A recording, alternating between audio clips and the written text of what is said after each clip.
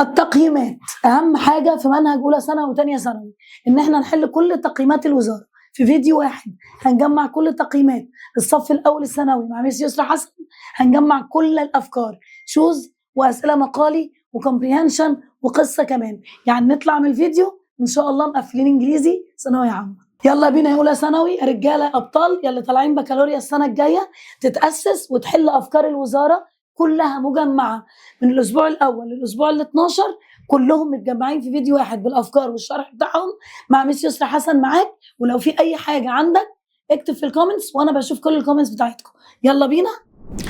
اول جمله بتقول لي always a others opinions even if they are different from yours. دايما بننحني ولا ريفرش ولا ريسبكت ولا فت؟ احنا بالريسبكت. يعني ايه ريسبكت؟ معناها يحترم. ريسبكت معناها ايه؟ يحترم. يبقى انا لازم احترم اراء الاخرين.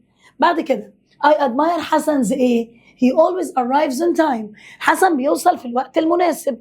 يبقى هو resilience ولا روتين ولا difference ولا punctuality؟ برافو عليكم، punctuality معناها ايه؟ الانضباط. يبقى punctuality معناها الانضباط. بعد كده good teachers المدرسين الشاطرين their students to work hard and succeed. احنا كمدرسين بنعمل ايه لحضرتك؟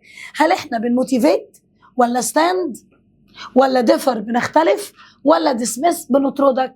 انا كمدرس كويس لازم برافو عليكم موتيفيت. يعني ايه موتيفيت؟ بشجعك، يلا برافو 100 100، انا كده بعمل لك موتيفيشن. بعد كده اسماء follows a fixed ايه that helps her stay organized. احنا بنبقى منضبطين، عندنا نظام، عندنا برافو عليكم عندنا روتين. يعني ايه روتين يا مس يسرا؟ معناها روتين يومي. في الفيديو بتاع فروق الكلمات وضحنا الفرق بين روتين وهابت. بعد كده اسماء follows a fixed قلناها روتين. مريم showed، مريم وضحت اظهرت great by listening quietly to her teacher. هل dishonesty عدم الشرف ولا qualification ولا schedule ولا ريسبكت؟ احنا بنوضح ايه الاستماع للمدرس بتاعنا؟ برافو عليكم ريسبكت. يعني ايه يا مس يسرا ريسبكت؟ احترام. بعد كده our opinions اراء بتاعتنا. each of us has had different experiences.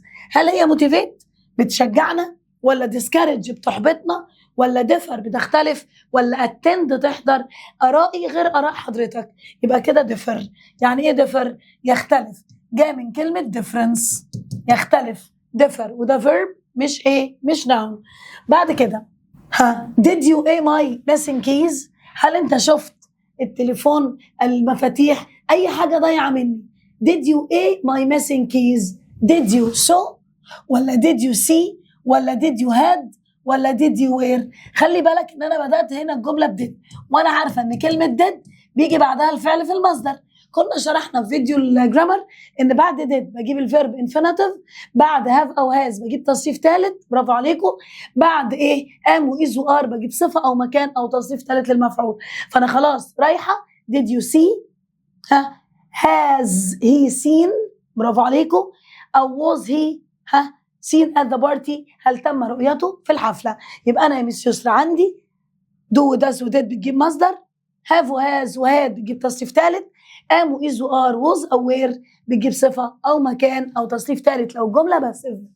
بعد كده عندي هنا منى ايه her friend ندى short time ago. ظهرت كلمه ago، ولو ظهرت في الجمله كلمات زي yesterday last ago once in the past in 1998 the other day how long ago و just now، الكلمات دي بتاخد ماضي بسيط، في اللحظه دي هتبقى من قابلنا.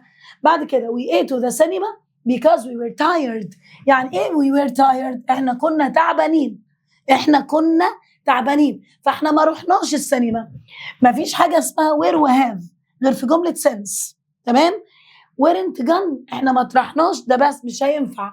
don't go ما ينفعش where مع don't عشان دي مضارع ما ينفعش، يبقى دي غلط ودي غلط ودي غلط. يبقى we didn't go احنا ما رحناش للسينما عشان كنا تعبانين. يبقى انا فهمت ان في حاجه عندنا اسمها تايم سيكونس، التتابع الزمني للجمله. يعني ايه يا مس يسرا التتابع الزمني للجمله؟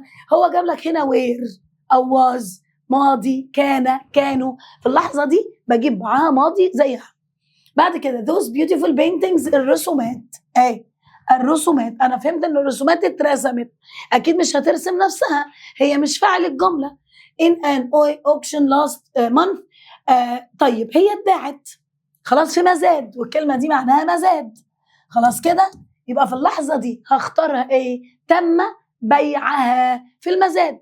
يبقى انا هقول سيل يبيع، ولا سولد، ولا وير سولد، ولا هاف سولد. قال لي والله ما تنفعش غير، برافو عليكم، وير سولد. يعني ايه يا مس يسرا وير سولد؟ تم بيع الايه؟ الرسومات. بعد كده جايبين لكم برضو حاجه جميله جدا، write an essay، اكتب مقال من 150 كلمه عن التوبيك your daily routine. ازاي نكتب essay؟ عشان يبقى كل افكار التقييمات قدامك، من حل، من جرامر، من essay، من comprehension، من القصه، كله بيجمع في دماغك وانت قاعد تتفرج على الفيديو. فركز كده وصحصح لمصلحتك. طيب ازاي اكتب essay؟ احنا بنكتب الاساي ازاي؟ بنكتب introduction، بنكتب مقدمه، خلاص بنكتب العنوان الاول، بعد كده بكتب الانترودكشن والبادي والكونكلوجن. معنى كده يا مس يسرا انا بقسم الاساي بتاعي ل3 فقرات: مقدمه بكتب فيها الافكار بتاعتي، بعد كده الموضوع بشرحها، اي بكتب المين ايدياز الافكار هنا، بكتب شرح للافكار، وبعد كده بدي كونكلوجن، بدي الخاتمه. رايك؟ نصيحه عشان الطلبه اللي عندها مشكله في كتابه الاساي. طب انا عايزه اطلع من اولى ثانوي بعرف اكتب اساي، اكتب مقال، بكتب العنوان ماي ديلي روتين او يور ديلي روتين، اي عنوان هنجيبه لك، تمام.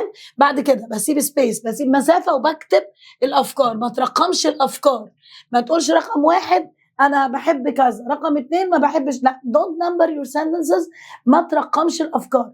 يعني اذا انا مثلا هبتدي في your daily routine، هقول مثلا everybody has a daily routine، اي واحد فينا عنده روتين يومي.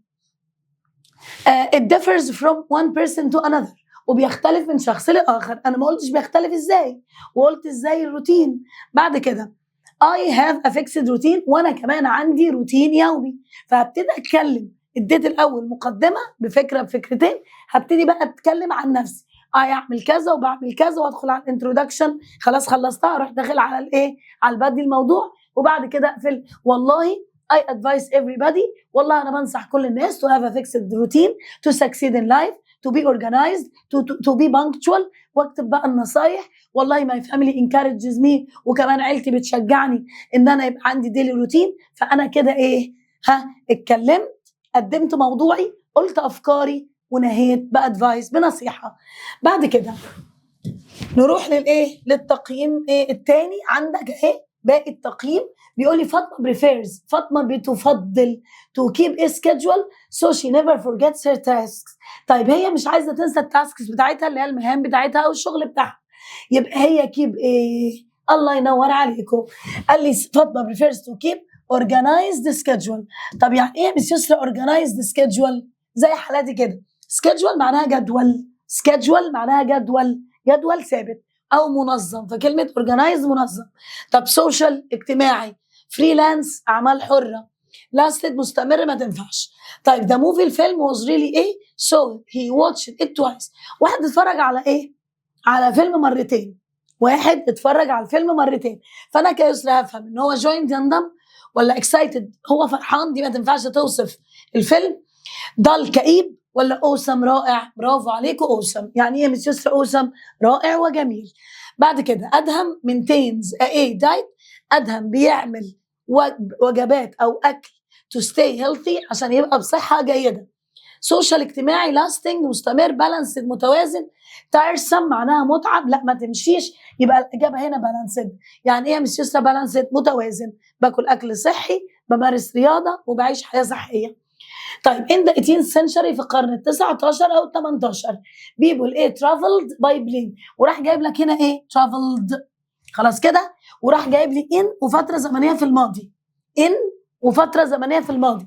اختار معاها didn't traveled؟ لا، ولا weren't traveled، ولا never traveled، ولا always traveled؟ طب الناس في القرن ال19 ولا ال18 didn't ما تمشيش عشان في ايه؟ في ماضي. weren't هما مش بس، هما مش مفعول. فضل عندي معنيين، دايما always ولا never. الله ينور عليكم، never. ليه؟ لان الناس في القرن ال18 ما كانش فيه طائرات. واحد يقول لي طب ينفع always؟ حبيبي هو كان في طائرات في القرن ال18؟ يبقى انا دلوقتي عملتها never. طب لو كنا مثلا بنبعت تلغراف اللي هو التلغراف، او كنا بنسافر بالهورسز، او كنا مثلا بنسافر بالستيم شيبس اللي هي السفن البخاريه، في اللحظه دي اعملها اولويز مفيش مشكله. طيب محمد ايه enjoy the party because he was جاب لك الجمله ماضي، جاب لي الجمله ماضي. انتوا طبعا عارفين ان يونت 7 اللي هي عليها التقييمات في الاسبوع الاول كلها بتتكلم على الماضي بسيط وماضي تام. طيب محمد ايه enjoy، هو جاب لي بعد الجمله enjoy فجاب لي الفعل في المصدر. انا عارفه ان hasn't بتجيب تصريف ثالث، عارفه ان wasn't بتجيب صفه او مكان او تصريف ثالث، didn't بتجيب الفعل في المصدر، doesn't بتجيب الفعل في المصدر صح، بس دي ماضي ودي مضارع. وهنا الجمله ماضي يبقى الاجابه didn't enjoy لم يستمتع به. برافو عليكم، ركزوا. بعد كده in the ايه hotel، بيقول لي the hotel الفندق ماله hosted استضاف an exciting ايه for doctors last week.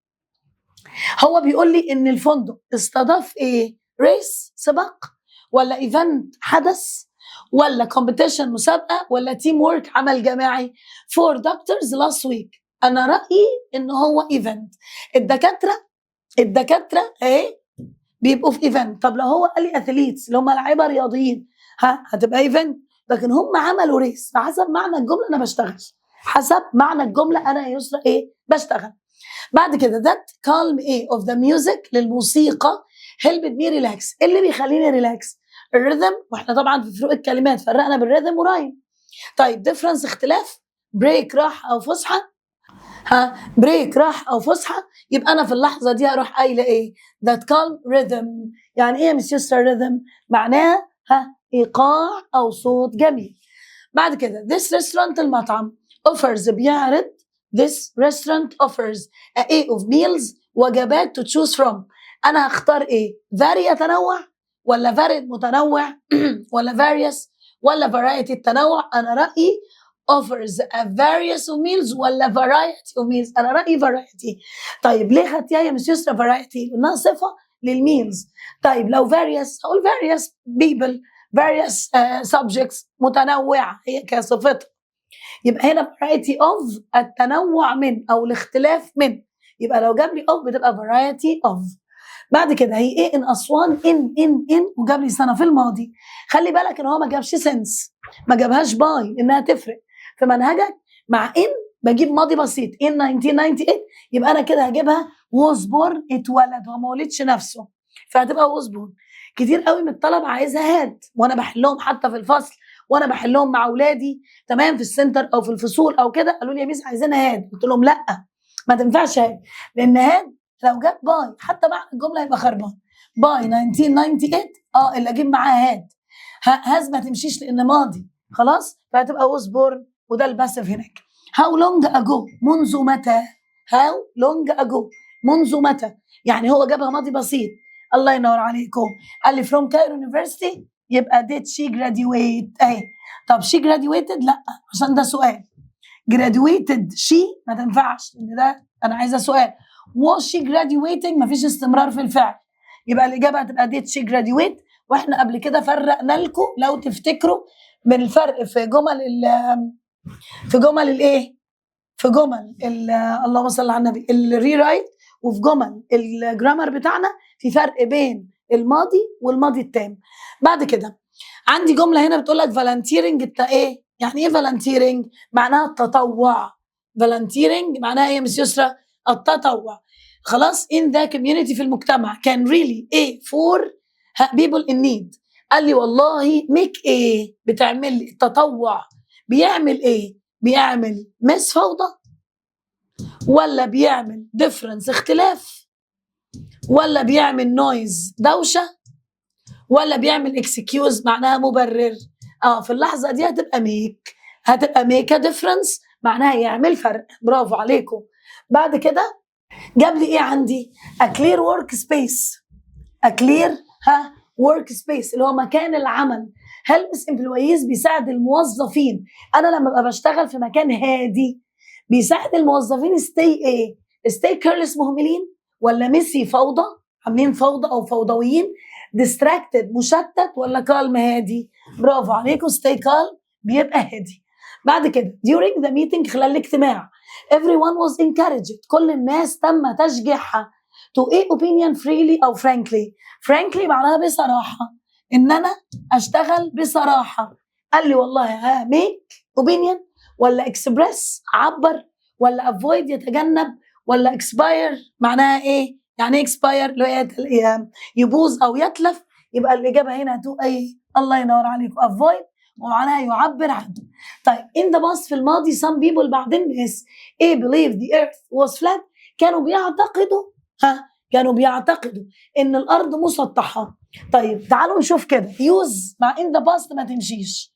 طيب we're using مفيش استمرار. we're used to ما دي بس we're used to دي ما ينفعش خلاص. وممكن أجيبها كمان لو جبنا بعدها ing يعني am is are was أو were بيجي بعدها ing. طيب believe ما بتاخدش ing يبقى ما فضلش عندي غير used to. طب ايه معنى يا مس يسرا كلمه used to؟ معناها اعتاد على فعل شيء ولم يعد يفعله. بتساويها في المعنى no longer، ارجعوا الفيديو الجرامر.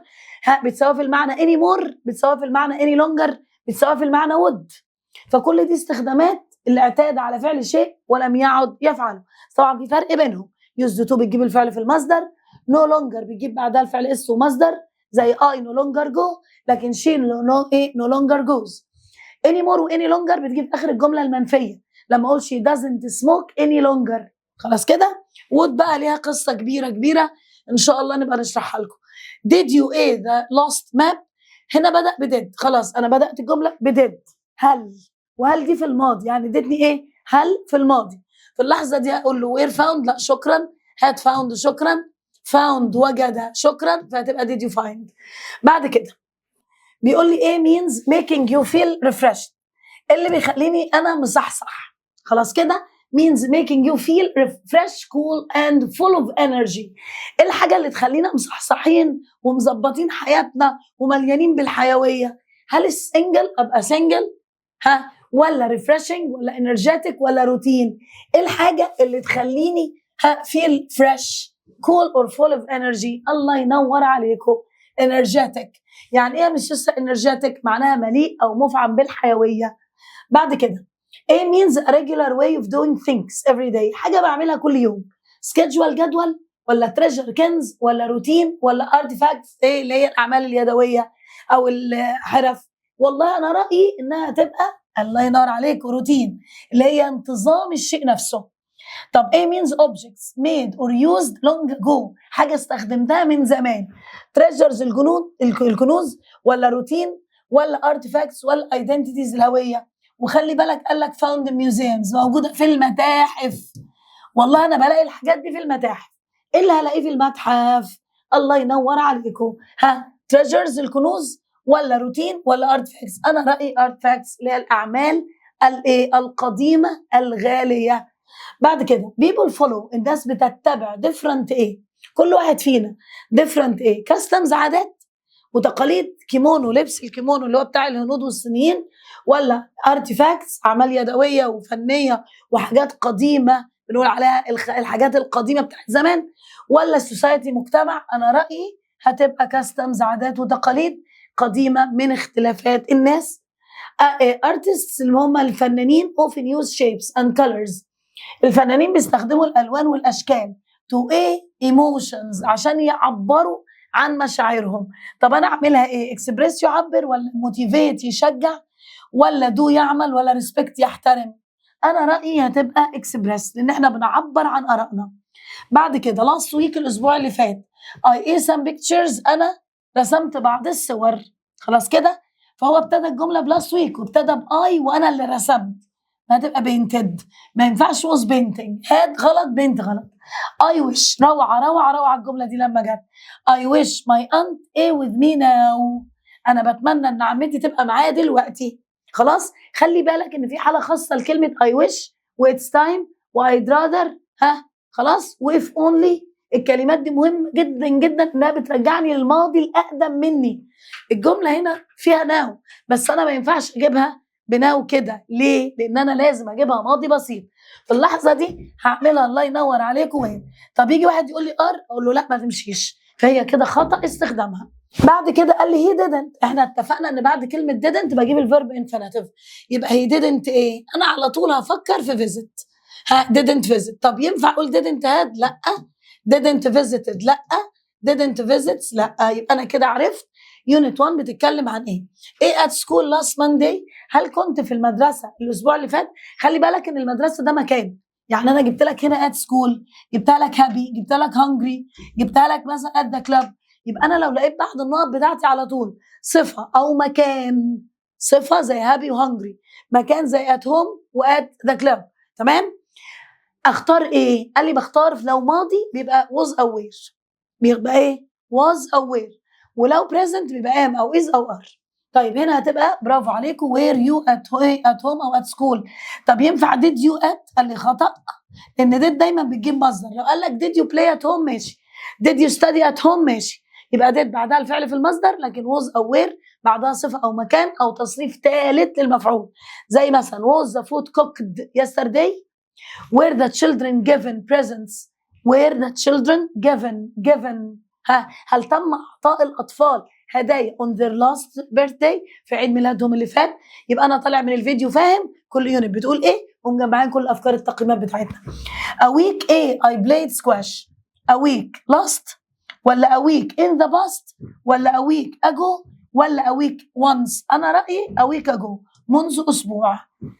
a week ago، a week ايه ago. بعد كده الله ينور عليكم، تعالوا بقى نروح للكومبريهنشن. انا يا مس يسرا ما بعرفش احل كومبريهنشن، ازاي نحل كومبريهنشن؟ يلا بينا نشوف بقى حبايبنا بتوع اولى ثانوي يحلوا كومبريهنشن ازاي. في طريقتين لحل الكومبريهنشن، انا هقولهم لكم. اول طريقه ان انا ايه اقرا، خلاص اعمل سكان كده بسرعه على الكومبريهنشن، ابص كده والله علي وزي بقى بيحكي ماشي، يبقى انا خلاص عرفت مثلا difficult realize علي، يبقى في كلام عن علي، يبقى انا خلاص في قصه بتتكلم عن علي. فانا قريت خدت فكره عامه كده عن القطعه، حددت الافكار زي مثلا علي was cleaning his grandfather's old room، فانا ممكن اتسال ان علي كان بينظف ايه، فراح حتى خدت كده انه بينظف الاوضه. he found a dusty notebook hidden، لقى نوت بوك خلاص كده مستخبي inside the wooden drawer. its pages والله كانت يلو، ممكن يسالني على الايه؟ على اللون. his handwriting was ايه؟ neat، كانت الخط حلو but faded، لكن ايه؟ ضايع. طب انا مش عارف في اللجنه كلمه faded، عادي متوقع، متوقع ان انا في كلمات ما اعرفهاش، عدي خلاص. curious، علي began to read، وابتدى علي يقرا. The notebook was a diary، كانت مفكرته. written during his grandfather's youth، كده انا خلاص دخلت جوه القطعه وقريت. دي اول طريقه، فهمت؟ علمت على الافكار خلاص.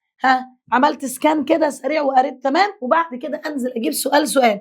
قال لك where did علي find the notebook؟ هروح طالع على القطعه تاني، والله علي found the dusty notebook hidden inside the ايه؟ a wooden drawer. ادور على الwooden drawer ادي طلعت بالاجابه. يبقى دي ايه؟ ازاي احل comprehension مظبوط. يبقى اول طريقه ان انا اقرا القطعه بتاعتي واخطط على الكلمات المهمه اللي ممكن اتسال فيها، والطريقه دي حلوه جدا وفعاله جدا. في ناس تانية خلاص، او في مدرسين تانيين او في طلبه تانيين بيعملوا ازاي؟ يروح ايه يا حبيب قلبي؟ ارى الاسئله الاول. بص يا مس يسرا، انا هقرا الاسئله الاول اللي هي كده. Where did علي find his notebook؟ خلاص، أين وجد علي النوت بوك؟ The notebook was mainly about grandfather's إيه؟ طيب النوت بوك دي بتتكلم عن جد علي أيام ما كان travel ولا friends ولا youth and struggles ولا inventions؟ هنشوف بقى. what happened؟ إيه اللي حصل to grandfather in one entry في المدخل بتاع الكلام. طيب بعد كده the word setbacks، كلمة setbacks هو عايز معناها. خلاص كلمة setbacks معناها إيه؟ هو طبعا كلمه سيت باك تبع القطعه، بس انا ممكن اجيبها دلوقتي اللي هي البروبلمز، المشاكل اللي حصلت له. علي فيلت ايه افتر ريدنج؟ علي حس بايه بعد ما قرا؟ بورد ولا انسبايرد ولا انجري؟ يبقى دي الطريقه الثانيه، ان انا اقرا الاسئله واترجمها.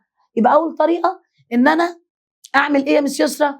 ان انا اقرا القطعه واخطط على الكلمات والافكار والمعلومات المهمه، وبعد كده انزل اقرا الاسئله واجيب الاجابات بتاعتي. والطريقه دي جميله جدا، مش ضدها، انا كيسرا مش ضدها. الطريقه الثانيه يا حبيب قلبي ان انا اقرا الاسئله واترجم الاسئله سؤال واترجم الاجابات، وبعد كده اطلع اقرا قطعه واجيبها. برضو الطريقه دي فعاله جدا مع بعض الطلبه وبعض المدرسين. شوف بقى انت بتعمل ايه. انت هتجيب مثلا قطعتين، هتحل قطعه بالطريقه دي والطريقه دي، وشوف اكبر درجات جبتها. والله انا جبت 7 من 8 لما قريت الاسئله الاول. جبت 8 من 8 لما قريت القطعه الاول. اعتمد قرايه القطعه الاول. يبقى في طرق لقرايه القطعه وان انا اجيب فول مارك في القطعه. يبقى انا قلت لك يا تقرا الاسئله الاول وبعد كده تدور على الاجابات، يا اما تقرا الايه القطعه وتدور على الاجابات، يا اما العكس الاسئله وبعد كده تقرا القطعه براحتك. شوف يا حبيب قلبي انت بتعمل ايه. انا كيسرى بقرا الاسئله الاول وبعد كده اقرا القطعه، يعني دي بتجيب معايا فول مارك على طول، ما فيش ولا سؤال بيطلع مني غلط. خلاص ثالثه ثانوي ثانيه ثانوي في الجامعه اي امتحان، خلاص انا داخله اي امتحان اهو اروح اقرا اسئله القطعه فاهماها وبعد كده اجيب الاسئله. في مدرسين تانيين يقول لك لا اقرا الاول القطعه وحدد الافكار واعكس براحتك، دي صح ودي صح. بعد كده عندي ايه تاني؟ تعالوا بقى نروح للايه. طبعا انا عشان وقتكم انا هحل بقى الاسئله دي. طيب هي بوت بولايتلي، هو انحنى باحترام when he met his teacher، لما قابل المدرس بتاعه. طبعا احنا انحنينا لما شفنا المدرس. هو عايز السينونيم. يعني ايه سينونيم يا مس يسرا؟ معنى. سينونيم معناها معنى، انتونيم معناها مضاد. وير ايه؟ هل انا لما بنحني خلاص هل انا بلين ولا جامب ولا بند ولا ران ولا ستاند ستريت؟ هو انا اصلا المفروض بند معناها ينحني، يبقى انا هعملها بند خلاص كده، او الله ينور عليك لين لا ينحني جانبا. يبقى كده كلمه بو معناها لين او بند. طيب regular exercise improves your fitness، التمرينات بتساعدك. عكس كلمه fitness، عكس كلمه اللياقه، عكس كلمه اللياقه. وكده عايز الانتونيم بتاع كلمه fitness. اعملها ايه؟ health الصحه، ولا weakness الضعف، ولا strength اللي هي القوه، ولا unfitness عدم القوه وعدم اللياقه، ولا power؟ انا رايي ان fitness عكسها weakness او unfitness اللي هي عدم اللياقه. بعد كده the school المدرسه encourages بتشجع students الطلبه to work together to create a sense of ايه؟ شعور من ايه؟ المدرسه بتشجعك تعمل ايه؟ unity وحده، heritage ميراث، culture ثقافه، treasure كنز. انا رايي ان المدرسه بتشجعك ان انت يبقى عندك unity. يعني ايه unity؟ وحده او او وحده او توحد. لا مش توحد يعني. بعد كده when I was in Alexandria، لما كنت في اسكندريه I ate in the sea every day، انا عملت ايه في البحر؟ ايه رايكم؟ هو هنا was عندما كان. السويم ما تمشيش يبقى انا كده بعوم كل يوم، ما تمشيش. وكمان الجمله هنا فيها was، خلاص was swimming ما فيش استمرار، ما بتاخدش سويمز فدي غلط. الله ينور عليكم. يبقى الاجابه سويم، ودي من احلى جمل الماضي في التقييمات اللي الوزاره الجميله بتاعتنا منزلاها، ان انا عاملاها ايه؟ ماضي مع وين واجيب لك هنا always every day فبتاخد ماضي زيها. طيب اور هاوس البيت بتاعنا، هنا اور هاوس اكيد ما بناش نفسه، يعني بادئ بمفعول ان 2010 او 2010. اعملها ازاي يا مس يسرا؟ was built ولا built ولا is built؟ is ما تمشيش عشان دي سنه في الماضي. has been built برضه has وهاف مضارع ما تمشيش. built هو بنى نفسه ولا was built؟ هتبقى ايه؟ was built. يعني ايه يا مس يسرا was built؟ تم بناؤه. يبقى انا كده امتى بجيب was aware وتصريف ثالث؟ لو بدأنا passive in the past مفعول في الماضي مع yesterday ولast واجو، يبقى انا كده ايه يا فندم؟ يبقى انا تمام. طيب I check the schedule، انا عملت فحص للجدول بتاعي before the exam قبل الامتحان. انا عايزه معنى كلمه schedule، معنى كلمه schedule، معنى كلمه جدول، معنى كلمه الجدول، معنى كلمة جدول مواعيد. هل هي أجندة ولا confusion ارتباك ولا تايم تيبل جدول ولا disorder عدم الترتيب ولا chaos الفوضى؟ أنا رأيي هتبقى تايم تيبل وهتبقى أجندة، دي معناها جدول. بعد كده بيقول لي punctuality الانضباط. خلاص is important، طبعا الانضباط مهم في حياتنا. هو كده عايز الانتونيم، عايز عكس كلمة punctuality. عكس الانضباط ايه؟ عدم الانضباط او عدم الانتظام. في اللحظة دي اختارها ديلي، الله ينور عليكم، او ليتنس التأخير، جاي من كلمة ليت. طيب the effects التأثيرات of medicine للدواء كان ايه for up to 6 hours. تأثيرات الدواء، تأثير الدواء خلاص كده بيستمر او بيدوم. يعني ايه يستمر لحد 6 ساعات؟ الله ينور عليك خلاص. طب موتيفيت، لا يا مس يسرا موتيفيت يشجع. طب شيب يشكل. طب ريسبكت يحترم، لا والله يا مس يسرا مش هتمشي. طيب يبقى الاجابه هنا لاست. طب واحد يقول لي لاست معناها اخير، اقول لك صح، لاست معناها اخير، ولاست معناها يدوم او يستمر كفعل. طيب she used to wear glasses، used to هي اعتادت على انها تلبس نظاره، اعتادت انها تلبس نظاره. but now لكن دلوقتي she ايه، في فعل هنا بعد used to انفي كلمه wear بايه؟ الله ينور عليكم، but now she doesn't. طب انا لو جبت هنا verb to be، ها she used to be fat مثلا، كانت تخينه but now she isn't. يبقى لو عندي verb to be بنفي ب isn't، لو عندي اي فعل تاني بنفي ب don't و doesn't. طيب هي ايه playing tennis at the weekend، خلاص، او at the club، هو كان معتاد على لعب الايه؟ التنس. وجاب لكم بعد النقط playing reading walking، جاب لك ing. هختار معاه ايه؟ was used playing، قال لي دي خطأ. is used for، لا ده مفعول ما تنفعش. no longer playing، no longer بيجي بعدها مضارع، اس ومصدر ما تمشيش. يبقى الإجابة is used to. الكلمات بقى اللي شبه is used to يجي بعدها ing، تعالوا نقولها مع بعض. am is are was were get become grow used to، بجيب بعدها ايه؟ برافو عليكم ing، ومعناها معتاد على فعل شيء، الله ينور عليكم، وما زال يفعل. بعد كده students الطلبة، students الطلبة should show respect، لازم نبين احترام للتيتشرز. يلا يا فندم، معنى كلمة respect، معنى كلمة respect، معنى الاحترام ايه؟ admiration ولا rudeness الوقاحة، ولا disrespect عدم الاحترام، ولا appreciation التقدير، ولا insult الإهانة؟ الله ينور عليكم، الإجابة هتبقى admiration و appreciation، الاثنين معناهم التقدير. طيب a cold drink on a hot day، يعني مشروب جميل كده ساقع في يوم حر، is very refreshing، عايزة عكس كلمة refresh، اللي عكس يفوق، يفرفشني كده، يصحصحني، عكسها ايه؟ يخليني ايه؟ متعب. ايوه، هتبقى exhausting وهتبقى tiring. طب تعالوا نترجم بقى الكلمات. cool لا، stand معناها انا يعني متحفز او مصحصح، pleasant جميل ورائع لا، يبقى هي tiring و exhausting. طيب the farmers الفلاحين are worried قلقانين about changes عن التغيرات in the ايه؟ farmers الفلاحين، الفلاح ده هيقلق على ايه؟ على الفيزيكس، ملوش علاقه بالفيزيكس. destination على جهات السفر، ملهاش علاقه. كيمستري الكيمياء، هو ماله مال الكيمياء؟ يبقى climate. دايما الفلاحين الجمال بتوعنا، اهالينا الجميله الطيبه، بيبقوا مهتمين بالكلايمت، اللي هي حاله الطقس، هيزرع ايه؟ المحصول بتاعه هيجيب ايه؟ فهو كده قلقان اهي على الطقس، اكيد مش قلقان على الفيزياء خالص. he used to come late but now he used to come، كان معتاد على المجيء متأخر، بس دلوقتي ايه؟ بس نفس الفكرة doesn't.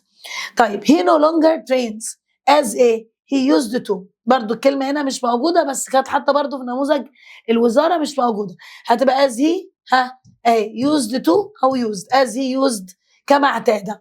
عايز used to، لو جبنا used to يجي بعدها مصدر as he used to، دي أو دي الاتنين صح، ما عنديش أي مشكلة.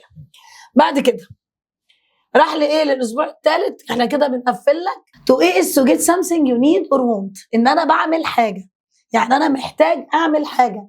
هل هي confuse يربك، ولا obtain يحصل على، ولا interrupt يقاطع، ولا connect يوصل؟ انا رايي هتبقى obtain، لا يحصل على شيء. obtain معناها يحصل على شيء. surgeons الجراحين usually see small things by the naked eye، معناها العين المجرده، العين الايه؟ المجرده. اعملها ازاي؟ هو ابتدى هنا بكلمه surgeons الجراحين، كلمه surgeons ما تاخدش doesn't، فخلاص انا استبعدتها. aren't see برضو ما تمشيش، خلاص كده. قال لك didn't ولا don't، ما عنديش اي ماضي في الجمله عشان يوصلني لايه؟ didn't. didn't غلط، الاجابه هتبقى don't usually see. طب لو كان كمل بماضي هنا يبقى انا هبقى ماضي. بعد كده playing games، لعب الكوره او لعب الالعاب at school في المدرسه، helps بيساعد to cooperation among students، والله ignore يتجاهل، ولا memorize، ولا create، ولا cause؟ طيب لعب الالعاب بيخليك في المدرسه ايه؟ الله ينور عليكم، create تخلق التعاون، cooperation معناها التعاون بين الطلبه، among بين الطلبه. طيب عندي مثلا كلمه learning different languages، تعلم اللغات، helps people build ايه؟ الناس اللي لما تتعلم culture ثقافه ولغه بنبني ايه؟ بنبني فيلا؟ ولا بنبني بيت ولا بنبني طرق وتواصل ولا بنبني طرق في الشوارع؟ قال لي بتهيألي بنبني جسور، اسمها الجسور بتاعة الايه؟ بتاعة التفاهم بين الناس. طيب good communication، التواصل always needs respect، التواصل بتاعنا بيبقى محتاج احترام. خلاص، respect معناها احترام. and ايه؟ fights خناقة ولا harmony ولا dispute نزاع ولا challenge تحدي؟ انا لما يبقى في respect مع الريسبكت يبقى الله ينور هارموني. ايه معنى كلمة هارموني؟ معناها ايه؟ تواصل او ايه؟ انسجام. تعالوا كده نكتب انسجام. بعد كده ايه is the first step؟ ايه اول خطوة to discover الاكتشاف؟ انا عايزة اكتشف حاجة، ايه اول خطوة تخليني اكتشفها؟ habit العادة ولا gathering التجمع ولا duty الواجب ولا curiosity الفضول؟ الله ينور عليك. curiosity معناها الفضول. في مثل انجليزي عندنا بيقول curiosity killed the cat، القطه بتفضل ايه؟ تدور لحد ما تقع. خلاص، يبقى ده الفضول بتاعك. وانت كمان لازم يبقى عندك فضول، تعرف المعلومه، تسال دي صح ولا غلط. مش يسرى هي الكلمه دي ايه؟ طب الكلمه دي معناها كذا. طيب بعد كده true ايه is built on trust and and honesty، اللي بيتبني على الثقه والشرف والامانه. honesty معناها الشرف والامان. competition المسابقه او المسابقات، friendship الصداقه، argument الجدال، distance المسافات. انا رايي friendship، اي صداقه لازم تتبني على الاحترام والايه والشرف والامانه. children الولاد often their parents and grandparents to do things. هنا بيقول لي الولاد دايما بيساعدوا باباهم ومامتهم وجدتهم وجدهم to do things. هل انت هنا في often وجاب لك children، كلمة children معناها they، فكده هتبقى الله ينور عليك helping ما تمشيش، helped ما فيش ماضي، helps ما ينفعش children helps، ففضل عندي help. دايما الولاد بتساعد. يبقى امتى باخد اس ومصدر في الجملة؟ لو انا عبرت عن عادة متكررة او مواعيد ثابتة. احنا هنا كمدرسين بيقول لك teachers often students الله ينور عليك give advice، معناها نعطي النصيحة عشان تعملوا احسن ما عندكم. طب ينفع سيربرايز ندهشك، اجنور نتجاهل، كرييت يخلق، ما تمشيش. my brother اخويا 3 languages وجاب لك جملة من غير keyword. اخويا بيتكلم 3 لغات، دي حقيقته. خلاص، مامتي بتشتغل دكتورة، بابايا بيشتغل في البنك. اعملها ازاي؟ في اللحظه دي هتبقى سبيكس. يجي واحد يقول لي يا ميس اعملها اقول له حبيبي ما فيش حاجه اسمها ماي براذر سبيكينج، ما فيش اقول حاجه ماي براذر سبوكن، ده تصريف ثالث. سبيك ما تجيش مع ماي براذر، ما يجيبش الفعل في المصدر بالشكل ده، يبقى هنا سبيكس. تعالوا بقى نروح لسان دييجو والبحر والسمكه الجميله اللي اصطادها. بيقول لي ايه؟ why do you think، برضو من وجهه نظرك the villagers no longer live at San Diego. فاكرين لما شرحت لكم في الفيديو بتاع القصه ليه الفلاحين بعد ما سان دييجو اصطاد السمكه ما عادوش بيضحكوا عليه؟ because they know that او because they knew that he was a strong and brave fisherman. هم عرفوا وهو اثبت لهم ان هو صياد شجاع وقوي، فخلاص يضحكوا عليه ليه؟ يبقى لو جاب لكم السؤال ده هتقولوا because he was a strong and brave fisherman. طيب what does carrying the mast symbolize؟ ايه معنى ان انا بشيل الماست اللي هو الصاري او العمود بتاع السفينه او ادوات السفينه؟ that he knows his job، that he knows his responsibility، ان انت عارف وظيفتك، عارف مسؤولياتك. بعد كده can you explain why do tourists ask about the skeleton؟ ليه السياح دايما بيسالوا عن السكeleton؟ انا بديك مثال لاسئله القصه، تمام؟ ليه السياح دايما بيسالوا على السكeleton؟ because it was big، it has huge skeleton، nobody caught a fish like that before. يبقى انا دلوقتي فاهم ان السمكه كبيره، السمكه الهيكل العظمي كان عظيم، ما حدش اصطاد سمكه كبيره زي كده. how do the fishermen describe San Diego to tourists؟ ازاي الصيادين اللي في القريه وصفوا سان دييجو للتورست؟ قالوا بريف، قالوا سترونج، قالوا ديترميند، قالوا كمان عنه ان هو شجاع قوي مصمم. that he caught the fish alone، ان هو اصطاد السمكه لوحده. طيب why did San Diego talk about future plans؟ ليه سان دييجو كان بيتكلم عن خططه في المستقبل، مع انه راجل عجوز 85 سنه. ناس ثانيه تقول لي خلاص يا مس يسرا ما هو 85 سنه يتكلم عن الخطط ايه المستقبل اللي عنده. ده بيبين ان احنا نفضل نتكلم عن حياتنا ومستقبلنا حتى لو احنا عواجيز. فمن وجهه نظرك ليه سان دييغو اتكلم عن المستقبل بتاعه؟ هنقول because he was sure that he can do what he thinks. يبقى هو كان متاكد باللي بيفكروا يعملوا، وده اللي عمله سان دييغو لما اصطاد السمكه الكبيره. بعد كده تعالوا نروح لسؤالين ريرايت حلوين جدا. بيقول لي علي goes to the office، علي بيروح المكتب. علي goes to the ايه؟ to the office. الله ينور عليكم. خلاص twice a week، وعايز اقول how often. يعني ايه يا مس يسرا how often؟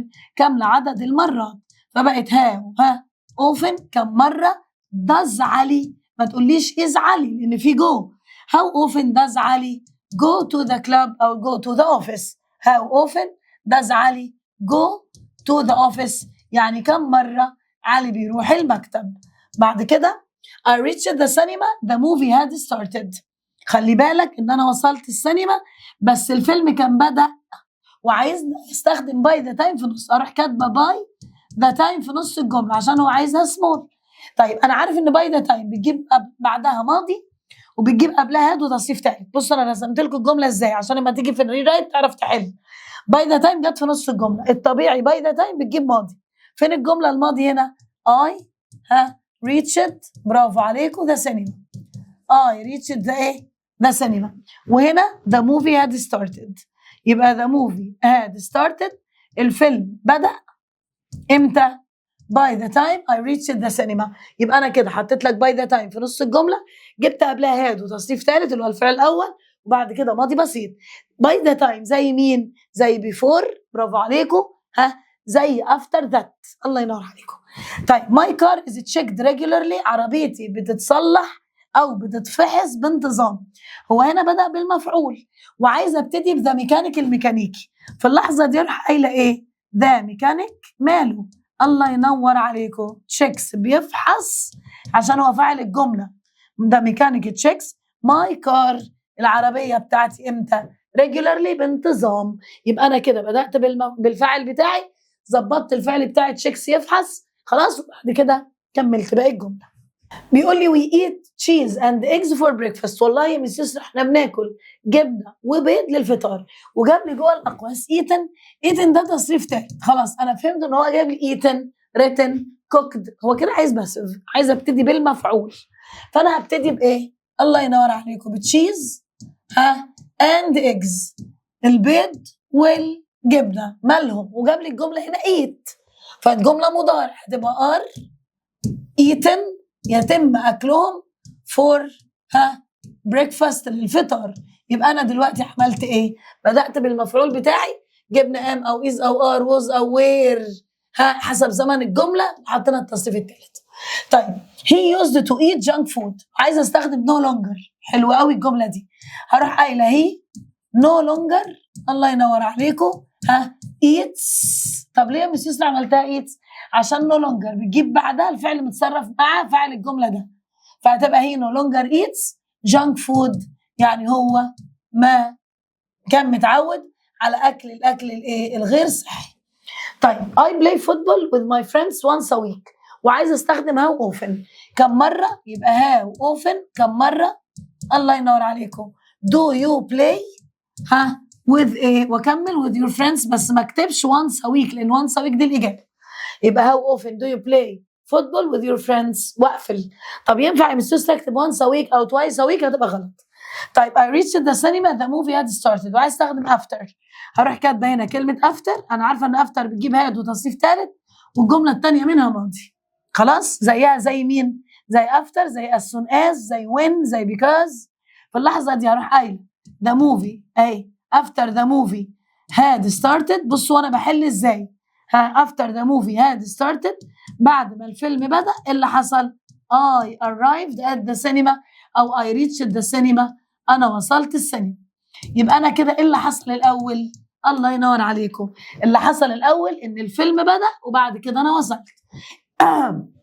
يبقى after جاب had وتصريف ثالث والجملة الثانية منها ماضي. طيب بيقول لي my car is washed regularly، الإيه؟ العربية بتاعتي بتتنظف باستمرار. وعايزه ابتدي بذا دور مان. ناس كتير قوي اصلا وانا بحل قال لي ايه، وحتى في الفصول ايه دور مان؟ قلت لهم دور مان اللي هو البواب. معنى كده ان البواب بينظف العربيه، يبقى فعال الجمله. وهنا از مضارع، يبقى ذا دور مان البواب. الله ينور عليكم. ذا دور مان washes اهي washes my car بيغسل عربيتي regularly بانتظام. واكمل جملتي. طيب we eat fish احنا بناكل سمك ورز for lunch، وعايزه استخدم eaten تصريف ثالث. طيب هروح جايبه fish and rice المفعول بتاعي اللي هو السمك والرز. fish and rice مالهم؟ are ولا where؟ هتبقى are eaten. طب لو هنا جاب لي eat اهي ناكل، في اللحظه دي هتبقى are eaten. طب لو ate هتبقى were eaten. فانت حسب زمن الجمله انت بتختار شكل verb to be. حسب زمن جملتك بتختار شكل verb to be. يعني ايه؟ لو جاب لي eat و eats يبقى انا بجيب am و is و are. جاب لك ate يبقى انا was او were. جاب لي ing يبقى انا كذا. فانت حسب الزمن بتاع الجمله verb to be بيتشكل بالزمن بتاع الفعل. يبقى fish and rice are مالهم؟ are eaten by us بواسطتنا. بعد كده جاب لي ايه تاني؟ بيقول لي ايه؟ my coach helps me get fitter. والله المدرب بتاعي بيساعدني ابقى كويس. المدرب بتاعي بيساعدني ابقى كويس، وعايزه استخدم I am. طيب I am كده مفعول، هو جايب هنا help. الله ينور عليكم. يبقى I am help انا بيتم مساعدتي to get fitter ان انا ابقى كويس by مين؟ by the coach عن طريق المدرب. يبقى انا دلوقتي طلعت بحته حلوه قوي وانا بشتغل. عرفت شكل كلمه افتر وبيفور وباي ذا تايم. عرفت يا مس يسرا اعمل باسف ازاي؟ لو اصل الجمله بتجيب اس ومصدر انت بتدور على ام واز وار وتصريف ثالث. اصل الجمله فيها ماضي بتجيب was او where وتصريف ثالث. بعد كده did you do the shopping last. جميله جمله تحفه. انا اجيب دي في امتحان. did you do the shopping last Sunday. عايزه استخدم كلمه done. في اللحظه دي اعملها ازاي؟ هتبقى الله ينور عليكم was the shopping. طبعا كتير قوي هيدور على الجمله دي was the shopping done last Sunday. بصوا يا جماعه يا طلبه اولى ثانوي ركزوا. اذا انا بسال بديد يبقى انا بسال عن فاعل الجمله. did يسرا eat؟ did mom cook؟ did احمد study؟ طول ما انا بسال بديد يبقى انا فاعل الجمله هو اللي عندي. طول ما انا سالت بوز او وير هتبقى was the shopping done، was the food cooked، was the room مثلا the room cleaned، were the rooms cleaned. يبقى انا فهمت. بسال بديد عن فاعل الجمله وبجيب بعدها مصدر. بسال بوز او وير عن الباسيف المفعول بتاع الجمله وبجيب بعدها تصريف ثالث زي ما قلت لكم كده was the room cleaned او was the shopping done عشان هي باسيف الجمله. بعد كده جه قال لي ايه؟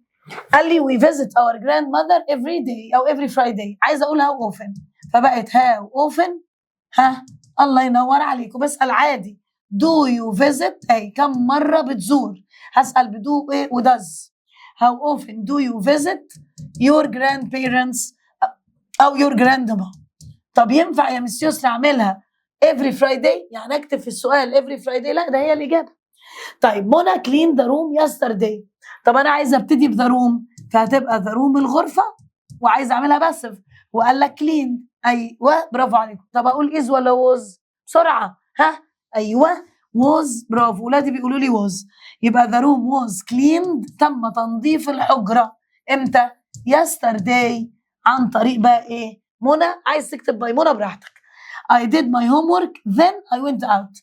والله يا مس يسرا عملت الهوم ورك الاول وبعد كده خرجت. وعايزه اقول بيفور. بصوا انا بروح حاطه بيفور في نص الجمله. المفروض بيفور بتجيب بعدها ماضي اي ماضي وبتجيب قبلها هاد وتصريف ثالث هاد وتصريف ثالث. بصوا ايه اللي حصل الاول؟ انه عمل الهوم ورك وبعد كده خرج. هتروح عامل هنا اي وينت اوت انا خرجت. بصوا انا بحل ازاي عشان ما تتلخبطش وتعمل لي ازمنه غلط فانا في التصحيح اعمل لك غلط. هروح قايله اي هاد دان يبقى I had done my homework. والله يا مس يسرا عملت الهوم ورك before I went out. يبقى ايه اللي حصل الاول؟ انه عمل الهوم ورك وبعد كده خرج. يبقى before بتيجي في نص الجمله بعدها ماضي وقبلها had وتصريف ثالث. قال لك he was in the habit of staying up late. هو كان معتاد was in the habit مش is in the habit. لو جاب لكم is in the habit بتبقى am is are used to ing. لو was أو were in the habit هتبقى used to. يبقى هي برافو عليكم used to اعتاد على stay up late، يعني هو كان معتاد على الاستيقاظ او يفضل متاخر بالليل في النوم. بعد كده حلوين، بيقول لي technology allows us، التكنولوجي بتسمح لنا خلاص to a information instantly at the click of a button. ايه رايكم؟ التكنولوجيا بتسمح لنا لايه؟ برافو عليكم، access. يعني ايه access؟ الدخول للانفورميشن. بعد كده بيقول لي what games، ايه الالعاب did، وابتدى هنا يجيب لي did. فانا ادور على فعل في المصدر، برافو عليكم، هتبقى did you use. طب ينفع مستر اختارها did you use؟ قال لي خطأ. did you are used خطأ. did you using خطأ. أدهم that's why he is always fit. أدهم إيه؟ خلاص المفروض النقط هنا مش هنا، يعني دي كده خلاص. طيب أدهم إيه؟ عمره ما بيشرب سجاير، ده معنى الجملة. الاختيارات هنا يا شباب. أدهم يبقى الإجابة never smokes، عمره ما بيشرب سجاير. طب أنا ينفع أقول is smoked بيشربوه؟ don't، أدهم ما ياخدش don't، أدهم ما ياخدش smoke، أدهم ما ياخدش is smoked، يبقى never smokes اللي بتساوي you إيه؟ برافو عليكم، didn't smoke أو doesn't smoke. طيب good communication always needs respect and، التواصل الجيد لازم يبقى عندنا احترام وإيه؟ الله ينور عليك، وهارموني. خلاص يبقى عندنا احترام وانسجام. طب ينفع فايت نزاع او خناقه، ديسبيوت نزاع، ده قله ادب. النزاع بين الناس ده قله ادب. تشالنج تحدي، ماشي يبقى في تحدي بس تحدي حلو. طيب how often do you، هو جاب لي هنا do، انا عارفه ان do وداز بيجيب بعدها ايه، هروح عامله لكم الملحوظات في الجنب كده. do خلاص كده، وداز وديد، يبقى انا طلعت من الحصه او طلعت من الفيديو فاهم. do does وديد بيجي بعدها الفعل في المصدر. was او where بيجي بعدها صفه او مكان او تصريف تاني. دي الملحوظه اللي انا ايه، صفه او مكان او تصريف تاني. يبقى احنا بنحل وبنشرح في نفس الوقت. يبقى انت كده ايه بتراجع، يبقى الفيديو كده مكمل لك كل دماغك. طيب هنا ابتدى بديد او اوفن دو، خلاص انا هروح يا مسيوس اختارها ايت. طب ينفع مسيوس اختارها ايت ماضي او ايتنج او تو ايت؟ قال لي كل الاستخدامات دي خاطئه. طيب ايه از ذا فيرست ستيب تو ديسكفري، ايه اول حاجه للاكتشافات؟ هابت العادات، ولا جاذرنج التجمعات، ولا ديوتي الواجب، ولا كيوريوزيتي الفضول؟ انا رايي كيوريوزيتي، لسه حالين شبهها. طيب ترو ايه از بيلت اون ذا تراست؟ الله ينور عليكم، فريندشيب الصداقه، فريندشيب. It's important to remember our cultural ايه؟ لازم نتذكر الكالتشرال، الله ينور عليكم، هابتس اللي هي العادات الثقافيه. ما ينفعش روتس لانها جذور، برانشز افرع الشجر، ليفز ملهاش ولا اي معنى اللي هي ايه ورق الشجر. طب ايه means ان a body movement used to express خلاص meaning، يعني علامه في الجسم او ايماءه بالجسم بتفهمني حاجه. مثلا عايزه اروح التويلت، مثلا عايزه انزل المدير تحت، هروح عامله كده، دي اسمها gesture. gesture يعني ايه gesture؟ قال لي كلمه gesture معناها ايه؟ ايماءه او علامه في الجسم. طيب the tone of the blog post، ده بقى سكيلز، ان انا اعمل لكم سكيلز دلوقتي. البلوج بوست معناها المدونه الالكترونيه، المدونه الالكترونيه في سكيلز ما تنسوش. should be both conservational and، الله ينور عليكم، formal رسمي، ولا serious جاد، ولا فريندلي ودود انا بتكلم معاك اهو، ولا بورنج ممل انا لما بكتب على النت خلاص وابعت لك حاجه تبعي. خلاص كده بلوج بوست اللي هي زي مدونه الكترونيه كده وبكتب فيها افكار وبكتب فيها حاجات، يبقى بتبقى فريندلي تون، بتبقى بشكل ودود، ما ينفعش تبقى بشكل عنيف او رسمي او بورنج. بعد كده تعالوا نجرب الترجمه. خلاص كده احنا عاملين كل حاجه معاكم اهو. بيقول لي Egypt has always been known as the birthplace of civilization because of its long and rich history. طب انا عايز اقول ان مصر اتعرفت انها معهد الحضاره. خلاص تعالوا بقى نشوف. قد غرفت مصر، غرفت هي ما غرفتش فدي غلط. طالما عرفت مصر بانها معهد الحضاره بسبب تاريخها الطويل والغني، ماشي. قال لك فوق لقد عرفت مصر دائما بانها معهد الحضاره بسبب تاريخها الطويل والغني. طيب طالما عرفت مصر دائما باسم معهد الحضاره بسبب تاريخها الطويل والواسع، لا هو مش واسع، يبقى انا كده استبعدت اجابتين، كده هيبقى عندي اجابتين ادور عليهم. كده انا استبعدت لك اجابتين اللي هي غرفت والطويل والواسع. ابتدي بقى بلقد ولا طالما؟ قد عرفت مصر ولا طالما عرفت دائما مصر؟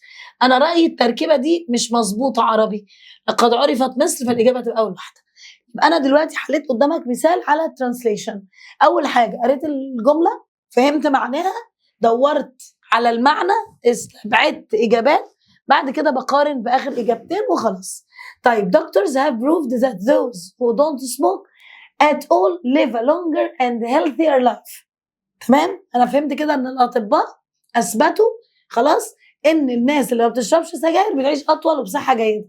خلاص كده؟ طيب انا عايزه اقول لا يدخنون مطلقا.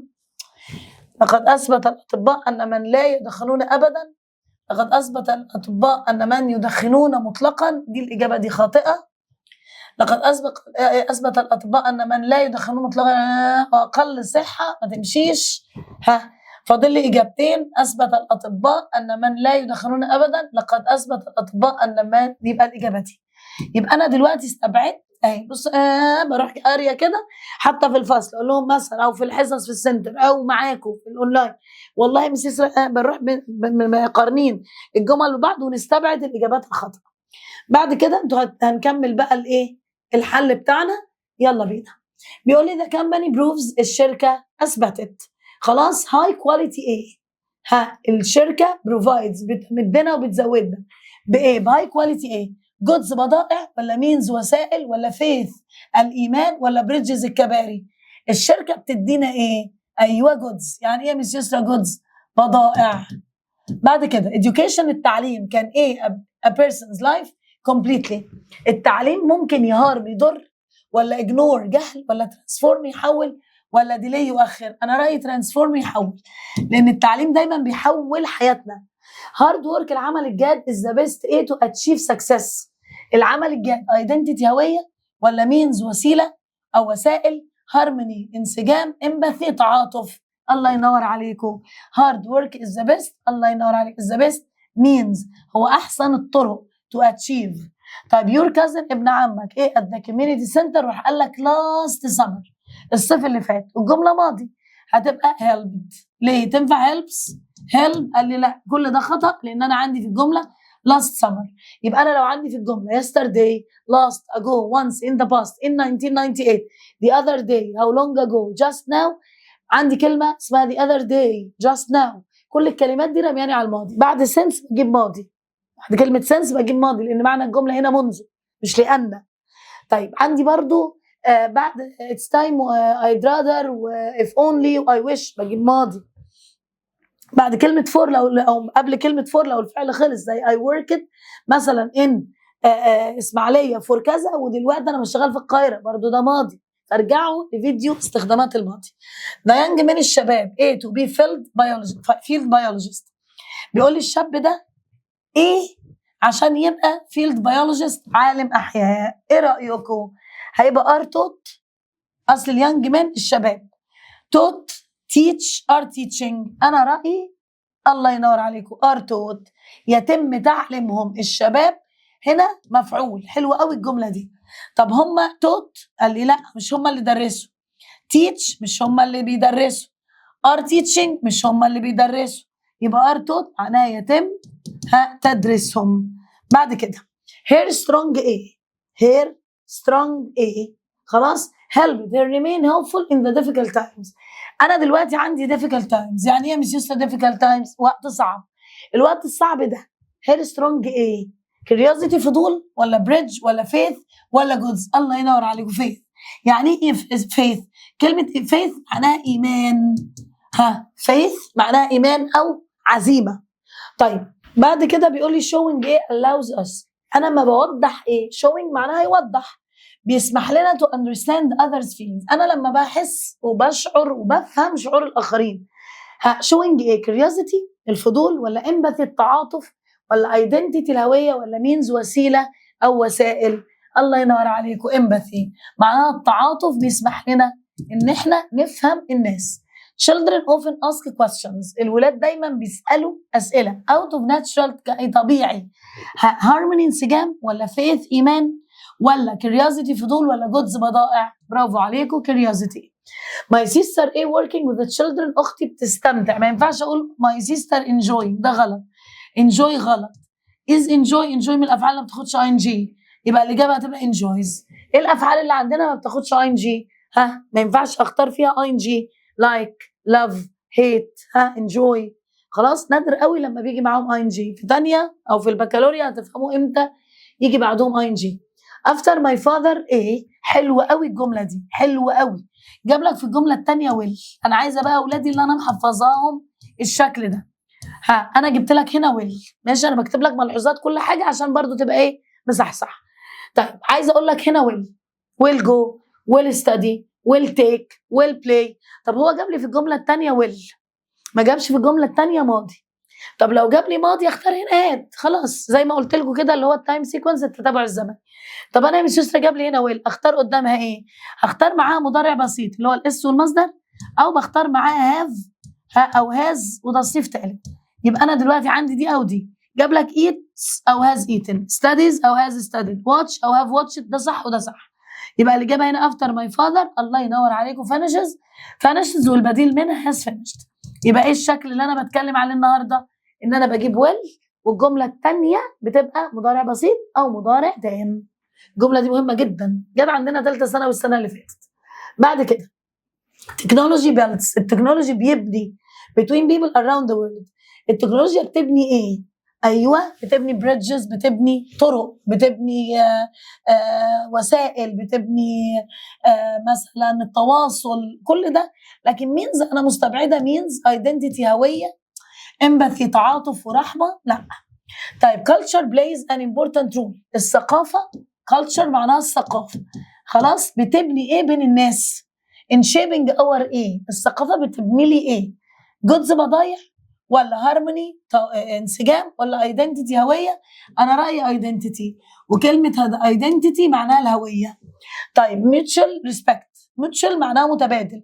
helps create ايه؟ الاحترام المتبادل بين الناس بيخلق ايه؟ curiosity فضول ولا هارموني انسجام ولا means ولا faith ايمان؟ انا رايي هارموني في المجتمع اللي هو الانسجام في المجتمع. منى ايه at school yesterday، الجمله دي ولا اروع. خلاص as she was absent، منى ما اتشافتش في المدرسه امبارح. منى هنا مفعول وماضي، مفعول وماضي، لا لم يتم رؤيتها. طب هي ما شافتش، لا مش منى اللي ما شافتش، منى ما اتشافتش، يبقى wasn't seen. isn't ما تمشيش، doesn't ما تمشيش، ففضلت الاجابه ايه؟ wasn't seen، لم يتم رؤيتها. طيب the last time my cousin was in 2015، اخر مره شفت اهي the last time، الجمله دي تيجي لان في اول ما اقول لك the last time اهي the last time واجيب لك هنا بيبقى في ماضي، واقول لك مثلا 2 years ago، لا اخر مره عملت كذا كان من سنتين، من 3 سنين. فالتركيبه دي انا بجيب معاها ماضي بسيط، جمل تحفه. يبقى الاجابه هنا ايه؟ the last time I met، اخر مره قابلت ابن عمي كان سنه كذا. بعد كده احنا داخلين في التقييم، خلاص.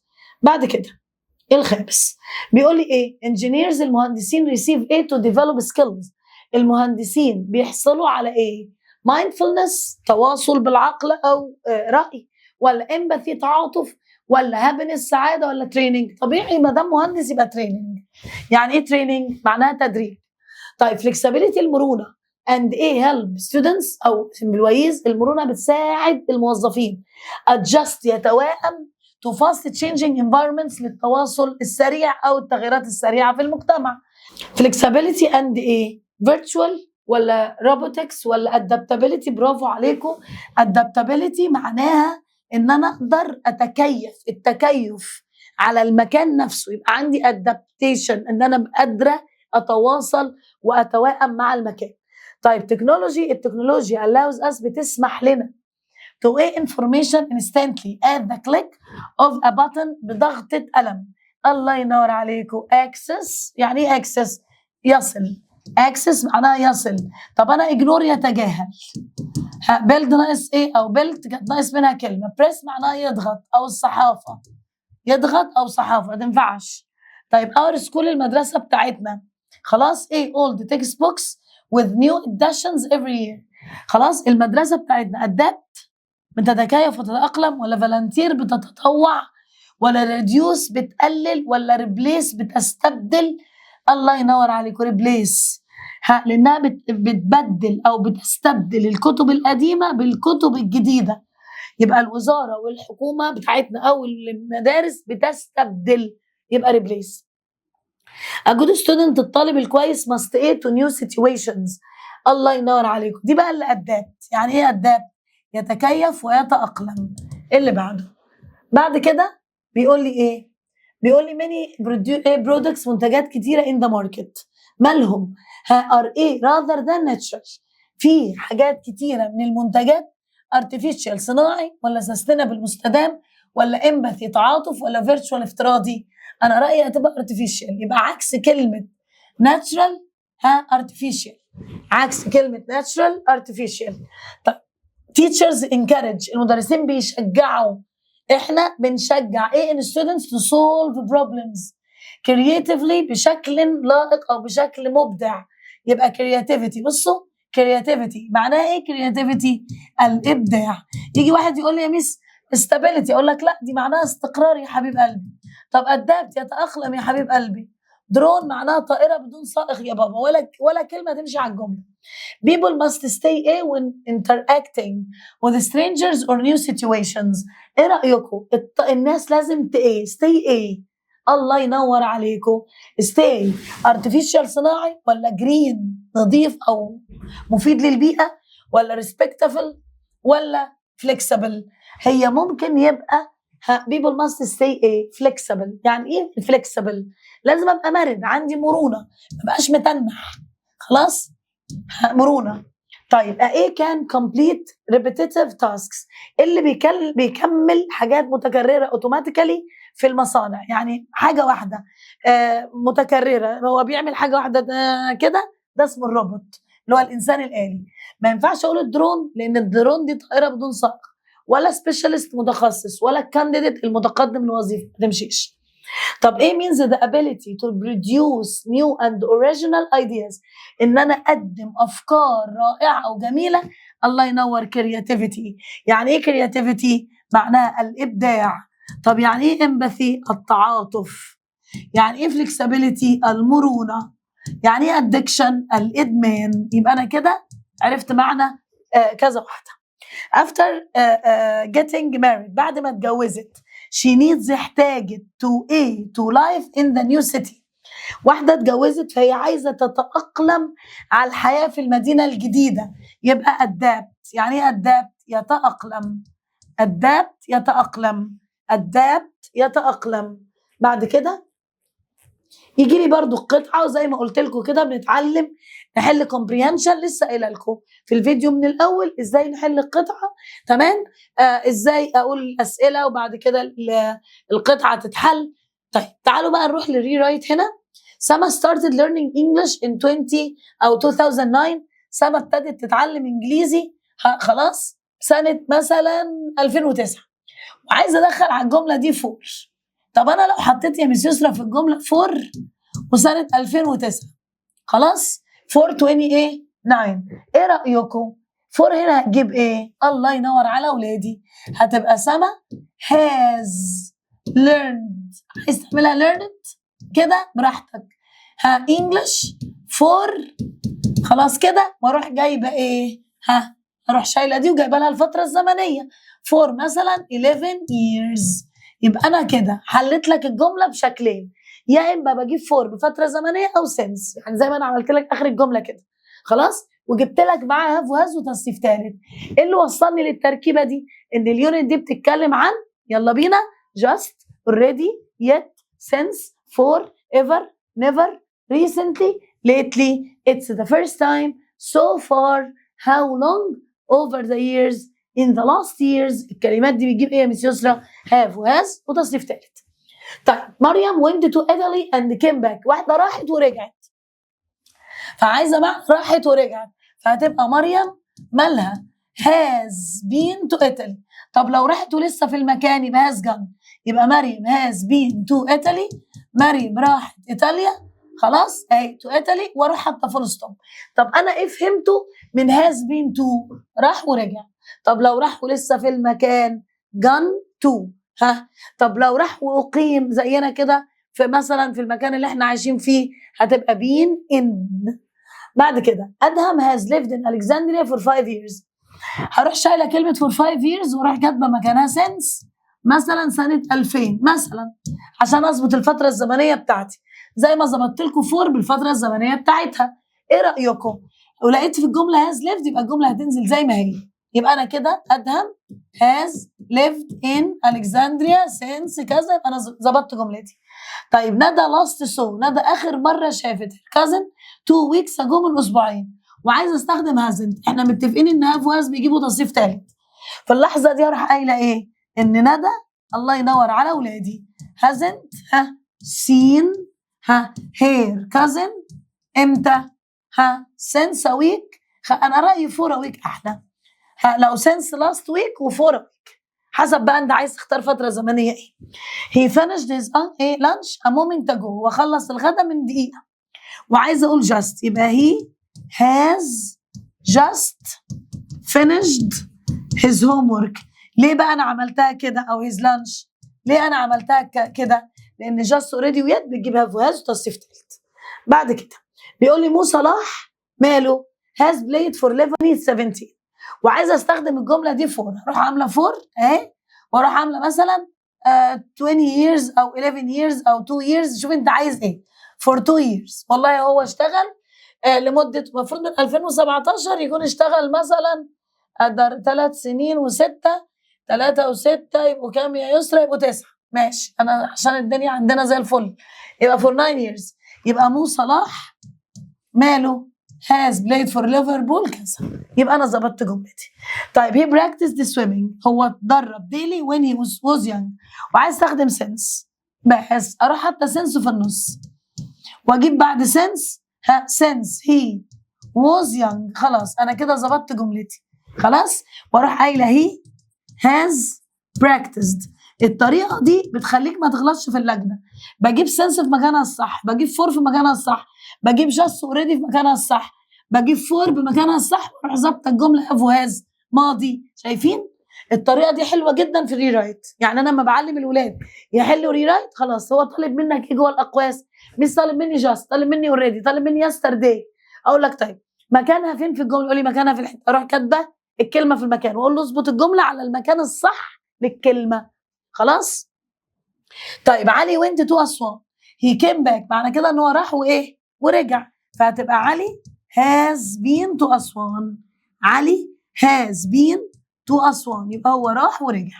بعد كده بيقول لي ايه هنا؟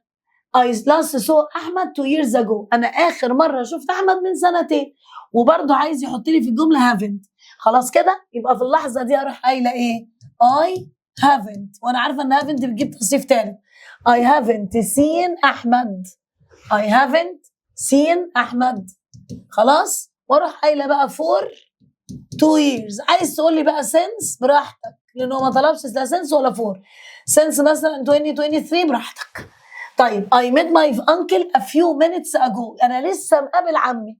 هروح قايلة I have just، لأن أنا عارفة إن just بتجيب have was. I have just seen my uncle، أنا لسه شايف عمي. ما اكتبش بقى a few minutes ago، ما خلاص خلصت. طيب it has been a long time، دي فترة طويلة since I last saw هبة، وعايزة أقول I haven't، فهتبقى I haven't seen هبة، أنا ما شفتش هبة. أهي I haven't seen هبة. ماله؟ أيوة I haven't seen هبة. عايز تقول since كذا براحتك، عايز تقول for a long time اللي هي موجودة عندك في الجملة براحتك. for a long time. خلاص. عايز تقول since last week براحتك، دي صح ودي صح. بعد كده they watched the match a short time ago، وعايز استخدم just، هروح قايلة they، برافو عليكم، have just الله ينور watched the match، هم لسه متفرجين على الماتش حالا. بعد كده this is the most beautiful girl، دي أحلى بنت I have ever seen، وعايزة استخدم في الجملة never. خلاص. اعملها I haven't أو I have never، أنا عمري I have never seen، واعملها بقى such a beautiful girl، دي من أحلى الجمل اللي بتيجي. مش جسر أنت جبتي such منين؟ عشان معنى الجمله يظبط يا حبيب قلبي.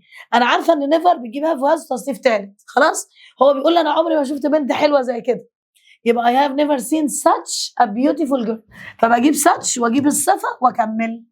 طيب بيقول لي ابراهيم went to the market and came back، او still there يا رب.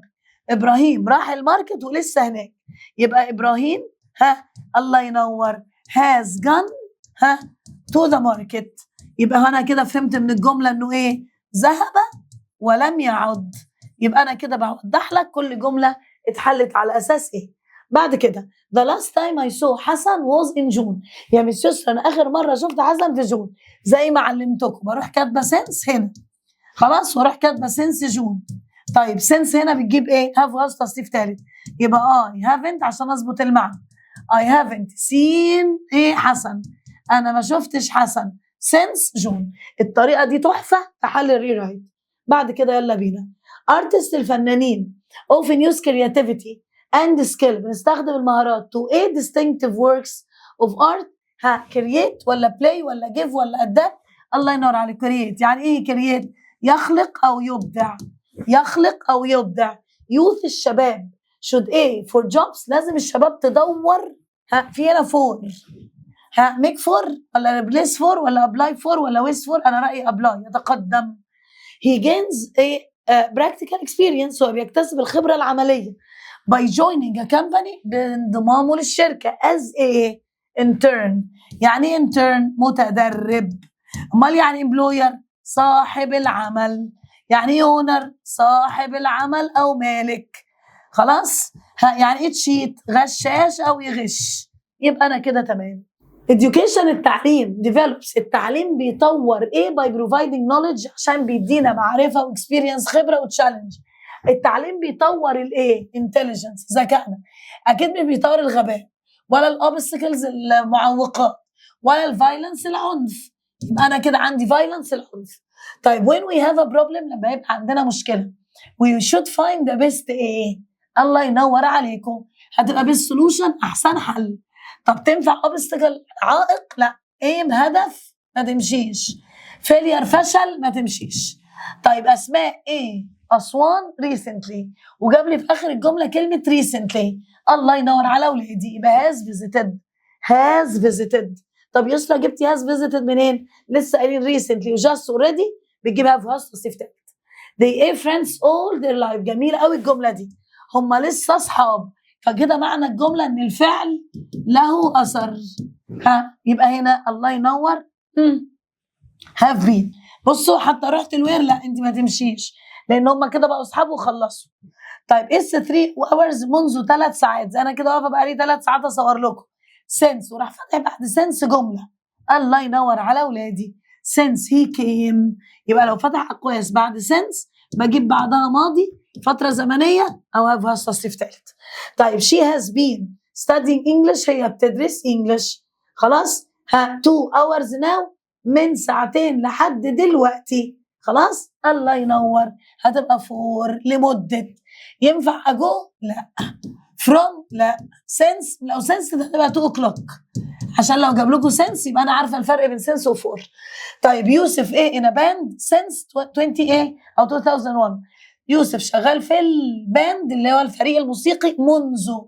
في اللحظه دي plays ما تنفعش، was playing. الله ينور. يبقى has played.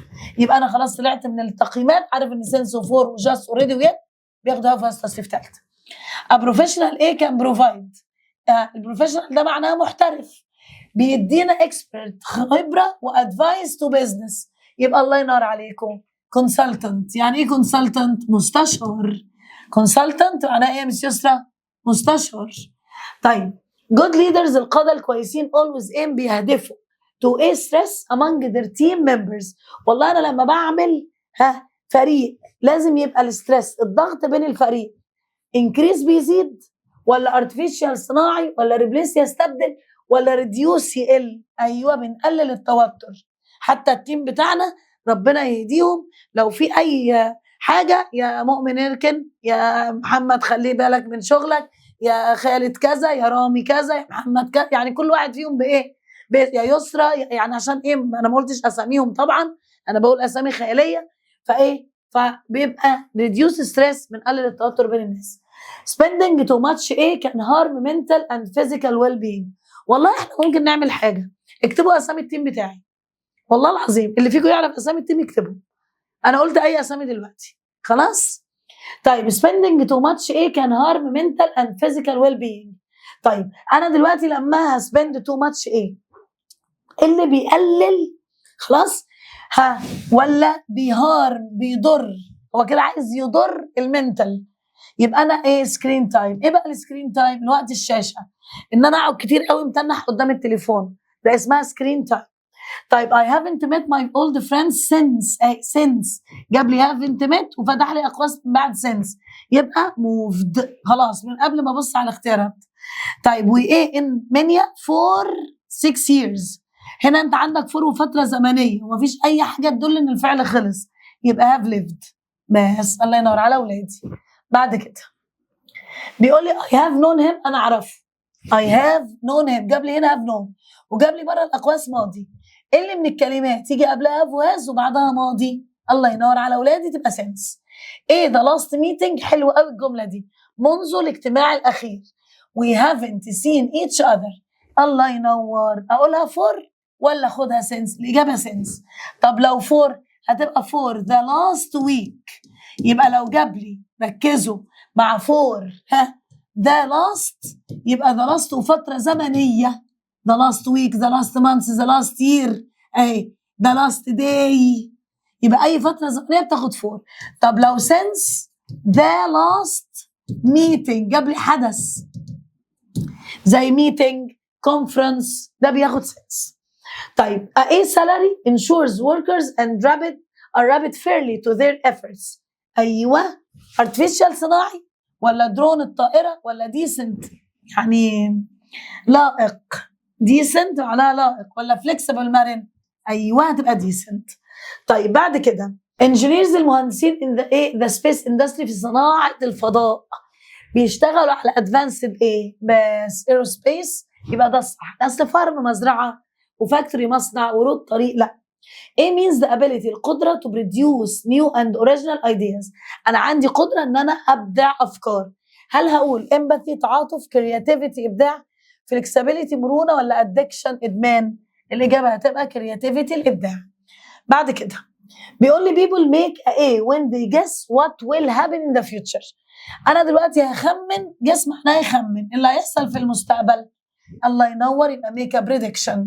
طيب he has received so many telephone calls، هو جاله تليفونات كتيرة، he has received وجاب لك هنا ماضي منذ، يبقى الإجابة since. برافو عليكم. طيب once تحفة، من أحلى الجمل اللي بحلها. once معناها عندما، عايز بقى once، عايز after، عايز immediately، براحتك. وجاب لك هنا will، يبقى ايه الشكل الصح؟ برافو عليكم have finished. لسه قايله لكم لو جات لكم will هنا بكمل بمضارع بسيط او مضارع تام، عايزه have finished او finish، عايزه have eaten او eats، حسب بقى الفعل اللي عندك هنا. volunteers المتطوعين often their time to help communities and make a difference. المتطوعين انا فالنتير اهو، يبقى اكيد فالنتير بالعقل كده، اصل مش ريبليس يبدل، ويست يضيع، ادبت يتاقلم، صحصحوا. many products منتجات كتيره in the market are rather than natural، يعني المنتجات مش طبيعيه. انا عايزه عكس كلمه natural، لسه قايلها لكم، برافو artificial. خلاص يعني ايه artificial؟ صناعي. طب we will go for a trip، احنا هنروح رحله، وجاب لك هنا will سوف. على طول انا مع as soon as once وafter وبيفور وباي ذا تايم. بصوا عندما، هنروح الرحله عندما. اور كار بس جابها باسف، اور كار تحفه، هتبقى has been repaired. يبقى انا دلوقتي قسمت الجمله لجزئين، خلاص بجيب لك هنا will اوكي، وبجيب لك هنا الفعل اس ومصدر او has وهاف وتصريف ثالث. خلاص انا عرفت عملها باسف بتبقى have وhas been وتصريف ثالث. يبقى هنا since our car او as soon as our car has been repaired معناها تم إصلاح السيارة. بعد كده بيقول لي healthy includes balanced meals. الhealthy خلاص balanced meals exercise and good habit. الناس اللي بتعيش حياة صحية كويسة الاجابه هتبقى لايف ستايل. يعني ايه لايف ستايل؟ حياه صحيه كويسه. she needs to a life in the new city. هي بتحب تقيل الحياه to have a more comfortable residence، تعيش في اقامه كويسه. يبقى adapt. يعني ايه adapt to life؟ يعني ايه adapt needs to adapt to life؟ خلاص هي تو هنا يا شباب. ان انا يتاقلم على كلمه adapt، يتاقلم. طب ايه is renewable energy؟ طاقه متجدده. خلاص should have knowledge of wind and solar systems. مين اللي لازم يبقى عنده خبره؟ خبره معرفه بالرياح والطاقه الشمسيه. خلاص يبقى expert. مين هو الاكسبرت؟ الخبير. طب ايه how long؟ لمده قد ايه؟ يعني هو بدأ بجمله how long، هقول for how long ولا since how long ولا already ولا just؟ already وجاست غلط، ما يجوش بعدهم فترات زمنيه. يبقى في الاجابه دي هتبقى ايه؟ for how long. طب لو since هتبقى 3 years ago، دي معناها ايه؟ بتاخد since. خلاص. طيب بعد كده بيقول لي when I was on holiday، لما كنت في الاجازه. I is swimming جاب لك تاني استخدامات الماضي، فهتبقى went. طيب I wanted to play with أدهم، أنا عايز ألعب مع أدهم. but he didn't جاب لك didn't، يبقى خلاص أنا عرفتها won't. طيب helping sick people، مساعدة الناس، gives his job a very a purpose. الله ينور عليكم. meaningful معناها أو له معنى. meaningful معناها عنده معنى. she eats a healthy a between breakfast and lunch daily. الله ينور. إيه بقى healthy snack؟ يعني إيه snack؟ وجبة خفيفة. وجبة خفيفة. طيب the children الولاد ايه how to protect themselves from bullying، التنمر. لازم نعلم الأطفال، لازم يتم تعليم الأطفال ازاي يساعدوا أو يحافظوا على نفسهم من التنمر. يبقى the children الله ينور are taught، يتم تعليمهم. طب ليه ما خدتيش were taught؟ ما ينفعش ماضي أو teaching، ما ينفعش. have taught، ما هم ما علموش نفسهم. توت هم برضو ما علموش نفسهم، يبقى الإجابة أرتوت ومعناها يتم تعليمهم. the service الخدمة in the hotel في الفندق. جميلة. إيه in the bill؟ في الفاتورة. يعني الخدمة مضافة للفاتورة. عايزة إجابة. أيوة، يبقى is included، يتم إضافتها. يبقى إمتى بجيب am is are تصريف ثالث؟ لو الجملة مفعول فين؟ في المضارع. طيب بعد كده إيه that the teacher will explain a new lesson today. بيقول لك ات، بس خلي بالكم ات طايره في الايه؟ في الجمله. ات اهي ات بيقولوا. حلو قوي الجمله دي لو جت هتبقى ات از سيد، يقال. طب ات سيد مين اللي قال؟ الجمله دي عندنا في ثالثه ثانوي زي ما بنقول ات از سيد، ات از ثوت، ات از اكسبكتد، من المتوقع، من المعروف ان. بعد كده a blog post اللي هو المدونه الالكترونيه is a personal online piece where someone shares، حاجه بنشاركها مع الناس. هقول experience thought، exam stories لا شايفه لا، recipes وفيلمز. انا رايي ايه؟ experiences وthoughts اللي هي خبراتنا اليوميه وافكارنا، ده اللي بتبقى على البلوج بوست. اي حاجه تانية ما تمشيش. طيب البلوج بوست، البلوج بوست is like a digital ايه؟ خلاص انا رايي هتبقى ازاي مقال ولا بوستر ولا مجازين ولا تكست بوك؟ لا هي بتبقى تكست بوك. يعني ايه تكست بوك؟ زي نظام كده كتاب انا بدون فيه رقمي، حاجه رقميه بدون فيها، اصل مش مجله ولا بوستر ولا اساي. طيب having ايه in his work my father left، دي تيجي يعني تيجي في امتحاناتكم. having انا رايي having معناها عندما، وبيجي بعدها تصريف ثالث او بين وتصريف ثالث اهي في الملحوظات اللي في الجنب. هقول لك having هتبقى having finished، هجيب بعدها تصريف ثالث. خلاص فهتبقى finished. يبقى انا طلعت برضو من الفيديو فاهم ان كلمه having بيجي بعدها ايه؟ تصريف ثالث. بعد كده طبعا سان دييجو والاسئله بتاعته. طيب students الطلبه should ايه their money carefully، الطلبه لازم تعمل ايه في فلوسها؟ explore تستكشف ولا manage ولا تراك تتتبع ولا ريجستر تسجل؟ خلاص to ايه their money carefully to avoid overspending، عشان نتجنب زيادة الصرف. زيادة الصرف على الفلوس. انا رأيي manage. في ناس قالوا لي تراك، يعني انا بحل الجمل دي عندي في السنتر قالوا لي ايه تراك؟ قلت لهم لا تراك ما تمشيش. طيب you have to pay extra، لازم ندفع extra ايه؟ انا رأيي tax. اصل تاكسي لا ميكس يخلط فاكس اللي هو الفاكس مش لا ما تمشيش. فالاجابه تاكسز. ايه بقى التاكس دي؟ ضرايب. تاكسز اللي هي الضرايب. To A means to follow something to record its progress. To A means to follow something ان انا اتتبع حاجه، انا امشي ورا حاجه. كونكت يربط ولا بريدج كوبري ولا كونفيوز يربك؟ انا رايي تراك يتتبع. بعد كده it's better من الافضل to focus on ان انا اركز على الايه rather than buying many low quality items. ايه بقى؟ الكوانتيتي ولا الكواليتي؟ الله ينور عليكم. يعني ايه كواليتي؟ جوده. كواليتي جوده، يبقى لازم نركز على الجوده عن الايه؟ عن الكميه. customers الزباين should be a of scams and fake products online. ايوه هتبقى aware. يعني ايه be aware of؟ تكون على وعي بيه، يعني يبقى عارف السكامز والنصبات اللي بتحصل على النت. بعد كده طيب look those black clouds ابتدى يروح لايه؟ لسوف. ابتدى يروح للمستقبل والتوقعات بالمستقبل. يعني بصوا جاب لي ماضي بسيط عشان بس ايه ما نتوهش من بعض، جاب لي ماضي تاني، جاب لي استخدامات افتر وبيفور و as soon as once، جاب لكم استخدامات just already ويت وسنس فور وايفر ونيفر وريسنتلي وليتلي. كل دي حاجات الترم الثاني هي في تقييمات الوزاره، مش يسرا اللي بتقول، ده وزاره التربيه والتعليم اللي بتقول لك ده اللي مطلوب من حضرتك تذاكره. ابتدى بقى يروح لاستخدامات well وجوينج تو والحاجات الجميله بتاعتنا. well am is are going to اللي انا لو كنت قلت لكم يعني ايه سوف كنت انا بقول لكم حسب معنى الجمله. يلا بينا نقول look at those dark clouds او black clouds. هو هنا بيقول لي في سحب سوداء في السماء، ده معناها انها هتمطر، يبقى ده دليل. انا خلاص فهمت ان في evidence، ان في دليل ان الحاجه دي هتحصل، فهتبقى is going to rain سوف تمطر. ايه حد في العيال يقول لي is raining اقول له لا is raining لو انا شايفها بتمطر بقى خلاص. طيب باي 2050 بحلول عام 2050 باي حلوه قوي الجمله دي باي 2050 وده اسمه فيوتشر بيرفكت. على فكره هو مش موجود في كتاب المدرسه لكن موجود في التقييمات خلاص، اللي هو استخدام المستقبل التام. هي جايه في جمله اهي باي وفتره زمنيه في المستقبل، هناخد معاها will have invented سوف يكون اخترع.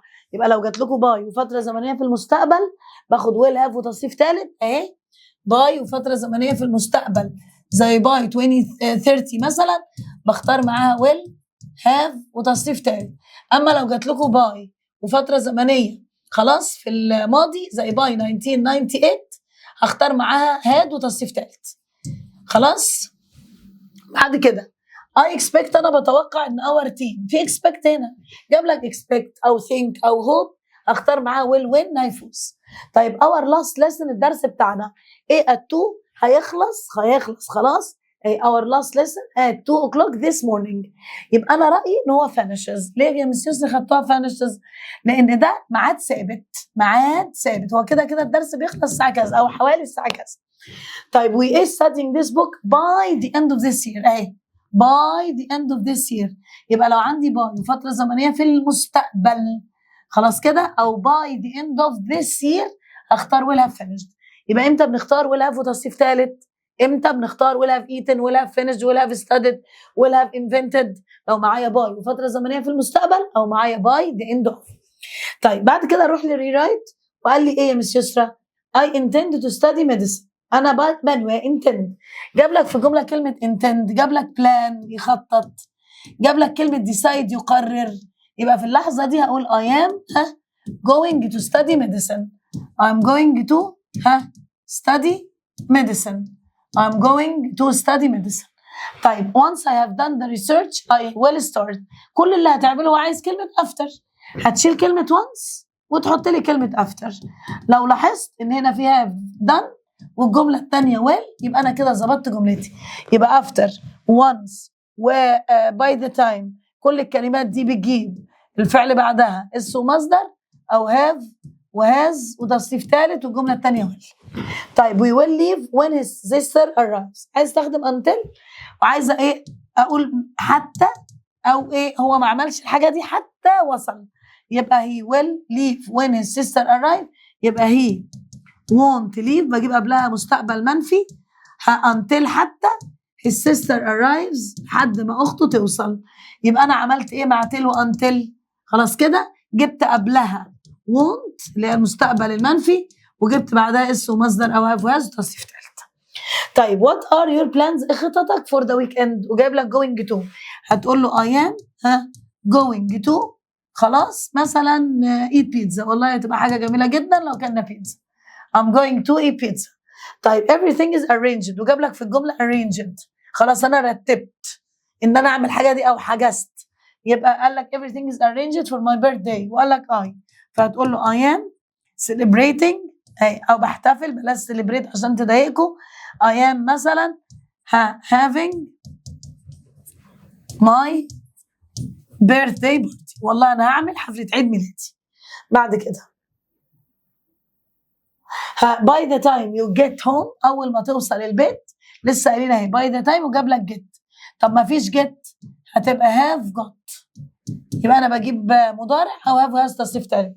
الله ينور. I ate the house from top to bottom، هتبقى will have cleaned. by the time you get home أنا هكون خلصت تنظيف، أنا هكون خلصت تنظيف. مش هينفع will clean، ليه؟ لأن أنا لو وصلت وهكون لسه بتنظف مش هينفع، لكن انت وقت ما هتوصل انا هكون خلصت، يبقى الفعل هيكون خلص. يبقى في فرق بين ان انا وقت ما اوصل البيت هاكل، يبقى by the time I go home I will eat، وفي فرق اما بقول by the time I will go home او I go home يا ربي my mom will have cooked. تفرق by the time I go home I will eat، يبقى انا وقت ما اروح هاكل. طيب by the time I go home mom will have cooked، امي هتكون طبخت فلا اكل. بعد كده I predict انا بتنبأ that in the future في المستقبل موبايل فونز، انا بتوقع على موبايل فونز، يبقى ايه هنا ده مفعول، يعني بتوقع ان التليفونات هتصغر. where ما ينفعش where اصلا، are ما ينفعش في المستقبل. will be much smaller ولا are going to be much smaller؟ will be much smaller will be، لا هي الأصح will be. ليه؟ لأن هو ما عندوش دليل، هو بيقول لك أنا بتوقع، فهنا التوقع من غير دليل، فإذا توقع بدليل يبقى are going to، لكن توقع من غير دليل يبقى will be. بيقول لي my new headphones are، الهيدفون الجديد بتاعي are ايه؟ so I can listen to music، قال لي without any cables، من غير أي سلوك. يبقى هنا هتبقى wireless، اللي هي الوايرلس اللي انتوا بتستخدموها اللي هي ملهاش سلوك. keep your A to show proof of payment، لازم يبقى معايا ايه عشان الدفع؟ warranty الضمان ولا كريدت ولا كوبون ولا ريسيت؟ انا رايي ريسيت اللي هو الايه؟ ايوه الايصال، اللي هو ايصال الدفع. بعد كده the store المتجر او المحل offer A to make the deal more appealing، يخلي الحاجه حلوه. المحلات بتعمل خصومات، بتعمل عروض. ايه معنى بقى خصومات وعروض؟ قال لي the store offer A to make the deal more appealing، هتبقى discount. طب ينفع بروموشن؟ هي حلوه بس يعني الاصح هتبقى discount. طيب I can't talk، انا مش قادره اتكلم at the moment، اهي at the moment يعني مش قادره اتكلم معاك دلوقتي لاني بذاكر او بعمل هوم ورك، هتبقى I'm doing. لا تنفع do لان دي حقيقه، ولا will do انا مش لسه هعمل، ولا have done ما عنديش just already ويت وسن سو فور، فمش هتمشي. طيب وايه probably؟ احتمال. probably من الكلمات be there for 2 weeks. may probably ما تمشيش، هتبقى well probably. اذا جاب لكم well probably يعني الكلمه دي مع بعض بتساوي may. بعد كده قال لي always a your purchases، اعمل ايه بقى في مشترياتك؟ احنا لما بنشتري حاجه كماما كبابا بنعمل ايه؟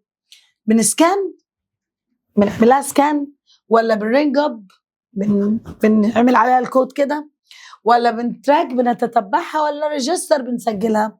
هما الكلمتين دول يمشوا، بس الاصح هتبقى ريجستر، ماشي، اللي احنا بنسجل مشترياتنا عشان نعرف احنا صرفنا ايه. بعد كده عندي my A was low because I spent too much this month، انا صرفت كتير. انا لما بصرف كتير بادجت ميزانيه ولا كريدت؟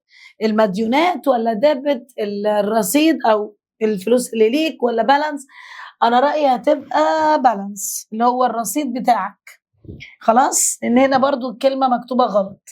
طيب the store المتجر او المحل announced the day of the event so no one could attend. انا لما انا لغيت الحاجه دي او الايفنت فما حدش هيجي، يبقى هنا كوبون ولا ريسيت ولا warranty ضمان ولا cancellation؟ cancellation معناها الغاء. طيب بعد كده she has decided هي قررت. she has أنا ظهرت عندي في الجملة كلمة decided. ظهرت في الجملة عندي كلمة إيه؟ has decided that she إيه؟ هو ظهر كلمة decided يبقى is going to study على طول. طيب don't be late ما تتأخرش. ده بس إيه at exactly 10. خلاص كده أنا عندي ده ميعاد ثابت. ميعاد ثابت وأنا قايله لكم المواعيد الثابتة بتاخد مضارع بسيط. يبقى leaves. I called the hotel to confirm. أنا اتصلت بالفندق لأؤكد على الإيه my before the deadline على إيه؟ على الله ينور cancellation الإلغاء قبل الموعد النهائي. طيب بعد كده أصل أنا مش هقول purchases مشتريات ولا warranty ضمان ولا cancelled. لا مش هتمشي. when shopping online لما نيجي نعمل shopping online لازم نقارن نكمبير مثلا العروض. طيب اوفر سبند نصرف ولا سكان ولا اكسبلور ولا مونيتور ولا ايه؟ ايوه مونيتور بنقارن بنراقب. اكسبلور يستكشف، سكان يفحص. طيب during special events خلال الايفنتس اللي هي الحفلات والحاجات دي.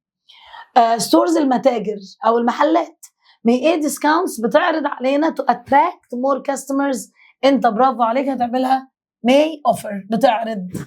بعد كده بيقول لي رباب made several ايه at the online store. رباب عملت شراء، اكيد مش هتعمل ضمان، مش هتعمل كوبون، مش هتعمل ايصال، فهتعمل برشيز اللي هي شراء.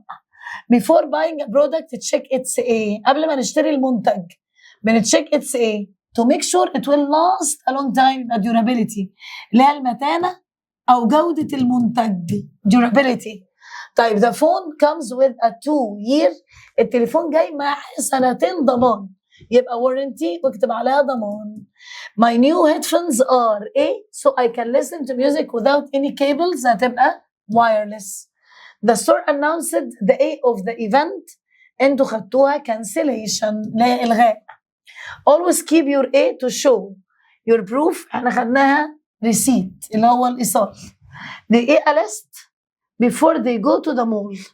هو هنا قال لك go خلاص، هو هنا قال لك ايه go ما قالكش went فجابها مضارع، او جابها لك have gone يعني جابها كده او كده، سواء جابها go او have gone، جابها eats او has eaten فهتبقى ايه they will make a list before. انا اعملها will make. طب ينفع اي حاجه تانية؟ غلط، ما اظنش ان اي حاجه تانية تمشي. طيب my sister A to buy a new phone this weekend. اي this وفتره زمنيه انا اخدها اي my sister is to buy a new phone هتبقى is going to. خلاص is going to عشان هنا في to is going to. ما ينفعش دي عشان هنا هيبقى في 2 to فدي غلط. will going go will ما بتاخدش ing. going ما فيش am و is و are فغلط، فالاجابه هتبقى is going to سوف. 10 years from now بعد 10 سنين من دلوقتي I think بعتقد ان my country ايه a wonderful place هتبقى ايوه will be لان ده توقع من غير دليل. Adam has decided جاب لك هنا في الجملة decided خلاص يبقى أيوة is going to study. عندك بقى كلمة plan، عندك كلمة intend، عندك كلمة decide، عندك كلمة look after watch out. كل ده بيوديني الام is are going to. بعد كده تكتب الإيساي، بيكتبوا الإيساي وروهولي اونلاين شوبينج. ازاي نعمل اونلاين شوبينج؟ زي ما قلت لكم هنكتب العنوان ونقسم introduction وبادي وكونكلوجن ونكتب ايه التفاصيل بتاعتنا زي ما حكيت لكم في اول فيديو. بعد كده ايه means connected with the human soul حاجه ليها علاقه بحياتنا بروح الانسان inner feelings مشاعرنا faith الايمان بتاعنا هتبقى ايوه spiritual. يعني ايه spiritual؟ روحاني حاجه ليها روح. a professional A can provide expert advice for business. انا دلوقتي عندي بروفيشنال ايه الله ينور كونسلتنت. يعني ايه مش سيستر كونسلتنت؟ مستشار. ولا كانديديت متقدم ما تنفعش، ولا فالنتير متطوع، ولا ارتست فنان. طيب I have made up my mind انا قررت. الجمله دي بتساوي decided. الجمله دي بتساوي كلمه decided. طب انا عندي في الجمله decided على طول اروح اقول I am going to travel. خلاص يبقى انا كده رحت going to. I think أنا بعتقد أدهم إيه for returning home late. أنا بعتقد إن أدهم هيتعاقب إنه جه متأخر، مش هيعاقب. أنا شايفاه will be punished سوف يتم معاقبته، لأن will be وتصريف ثالث أنا كده عملت الجملة باسف. طبعا أنا وقعت جوه الكلام هنا وعمالة أحل وأنت بقى إيه عمال تكتب نوتس ورايا ومظبط نفسك وايه عشان تخلص دنيتك دي كلها في التقييمات. طيب ليفربولز بلايرز ار نون تو بي سكيلد. لعيبه ليفربول معروفين ان هم مهاره شاطرين. زي ايه ذا ماتش ايزلي. الجمله دي ظهرت عندنا ثانويه عامه من كام سنه، يجي 5-7 سنين كده. الجمله دي الجمهوريه كلها اتلخبطت فيها. تمام. هو بيقول لك ان لعيبه ليفربول ار نون تو بي سكيلد، معروفين ان هم مهره. خلاص كده. هم الناس اللي بيحطوا الامتحان كانوا شايفين ان ده دليل على ان ده فعل، والمدرسين كانوا شايفين ان ده صفه شخصيه في اللعيبه. وناس اختارت وناس اختارت جوينج تو. كتاب المدرسه يا باشا كان مختارها ار جوينج تو. احنا يا باشا مع كتاب المدرسه. شوف كتاب المدرسه مختار ايه واحنا معاه. الاجابه ار جوينج تو وين ذا ماتش ايزلي، لان هم كانوا شايفين ان سكيل المهاره اللي عندهم تنجحهم. خلاص كده. يبقى دي ار جوينج تو وين. طيب I use the A to get a discount. انا بجيب ايه معايا يجيب لي ديسكاونت، هتبقى كوبون. برافو عليكم. I expect انا بتوقع that he A the match يبقى will win. خلاص انا على طول بروح expect يبقى will، think يبقى will، think hope sure expect. شايفين جاب لك decide وانتد وبلان، يبقى روح لدي. فايه حسب الكلمه. don't worry ما تقلقش حبيبي. I owe you the money you needed. وده وعد، انا بوعدك او عرض.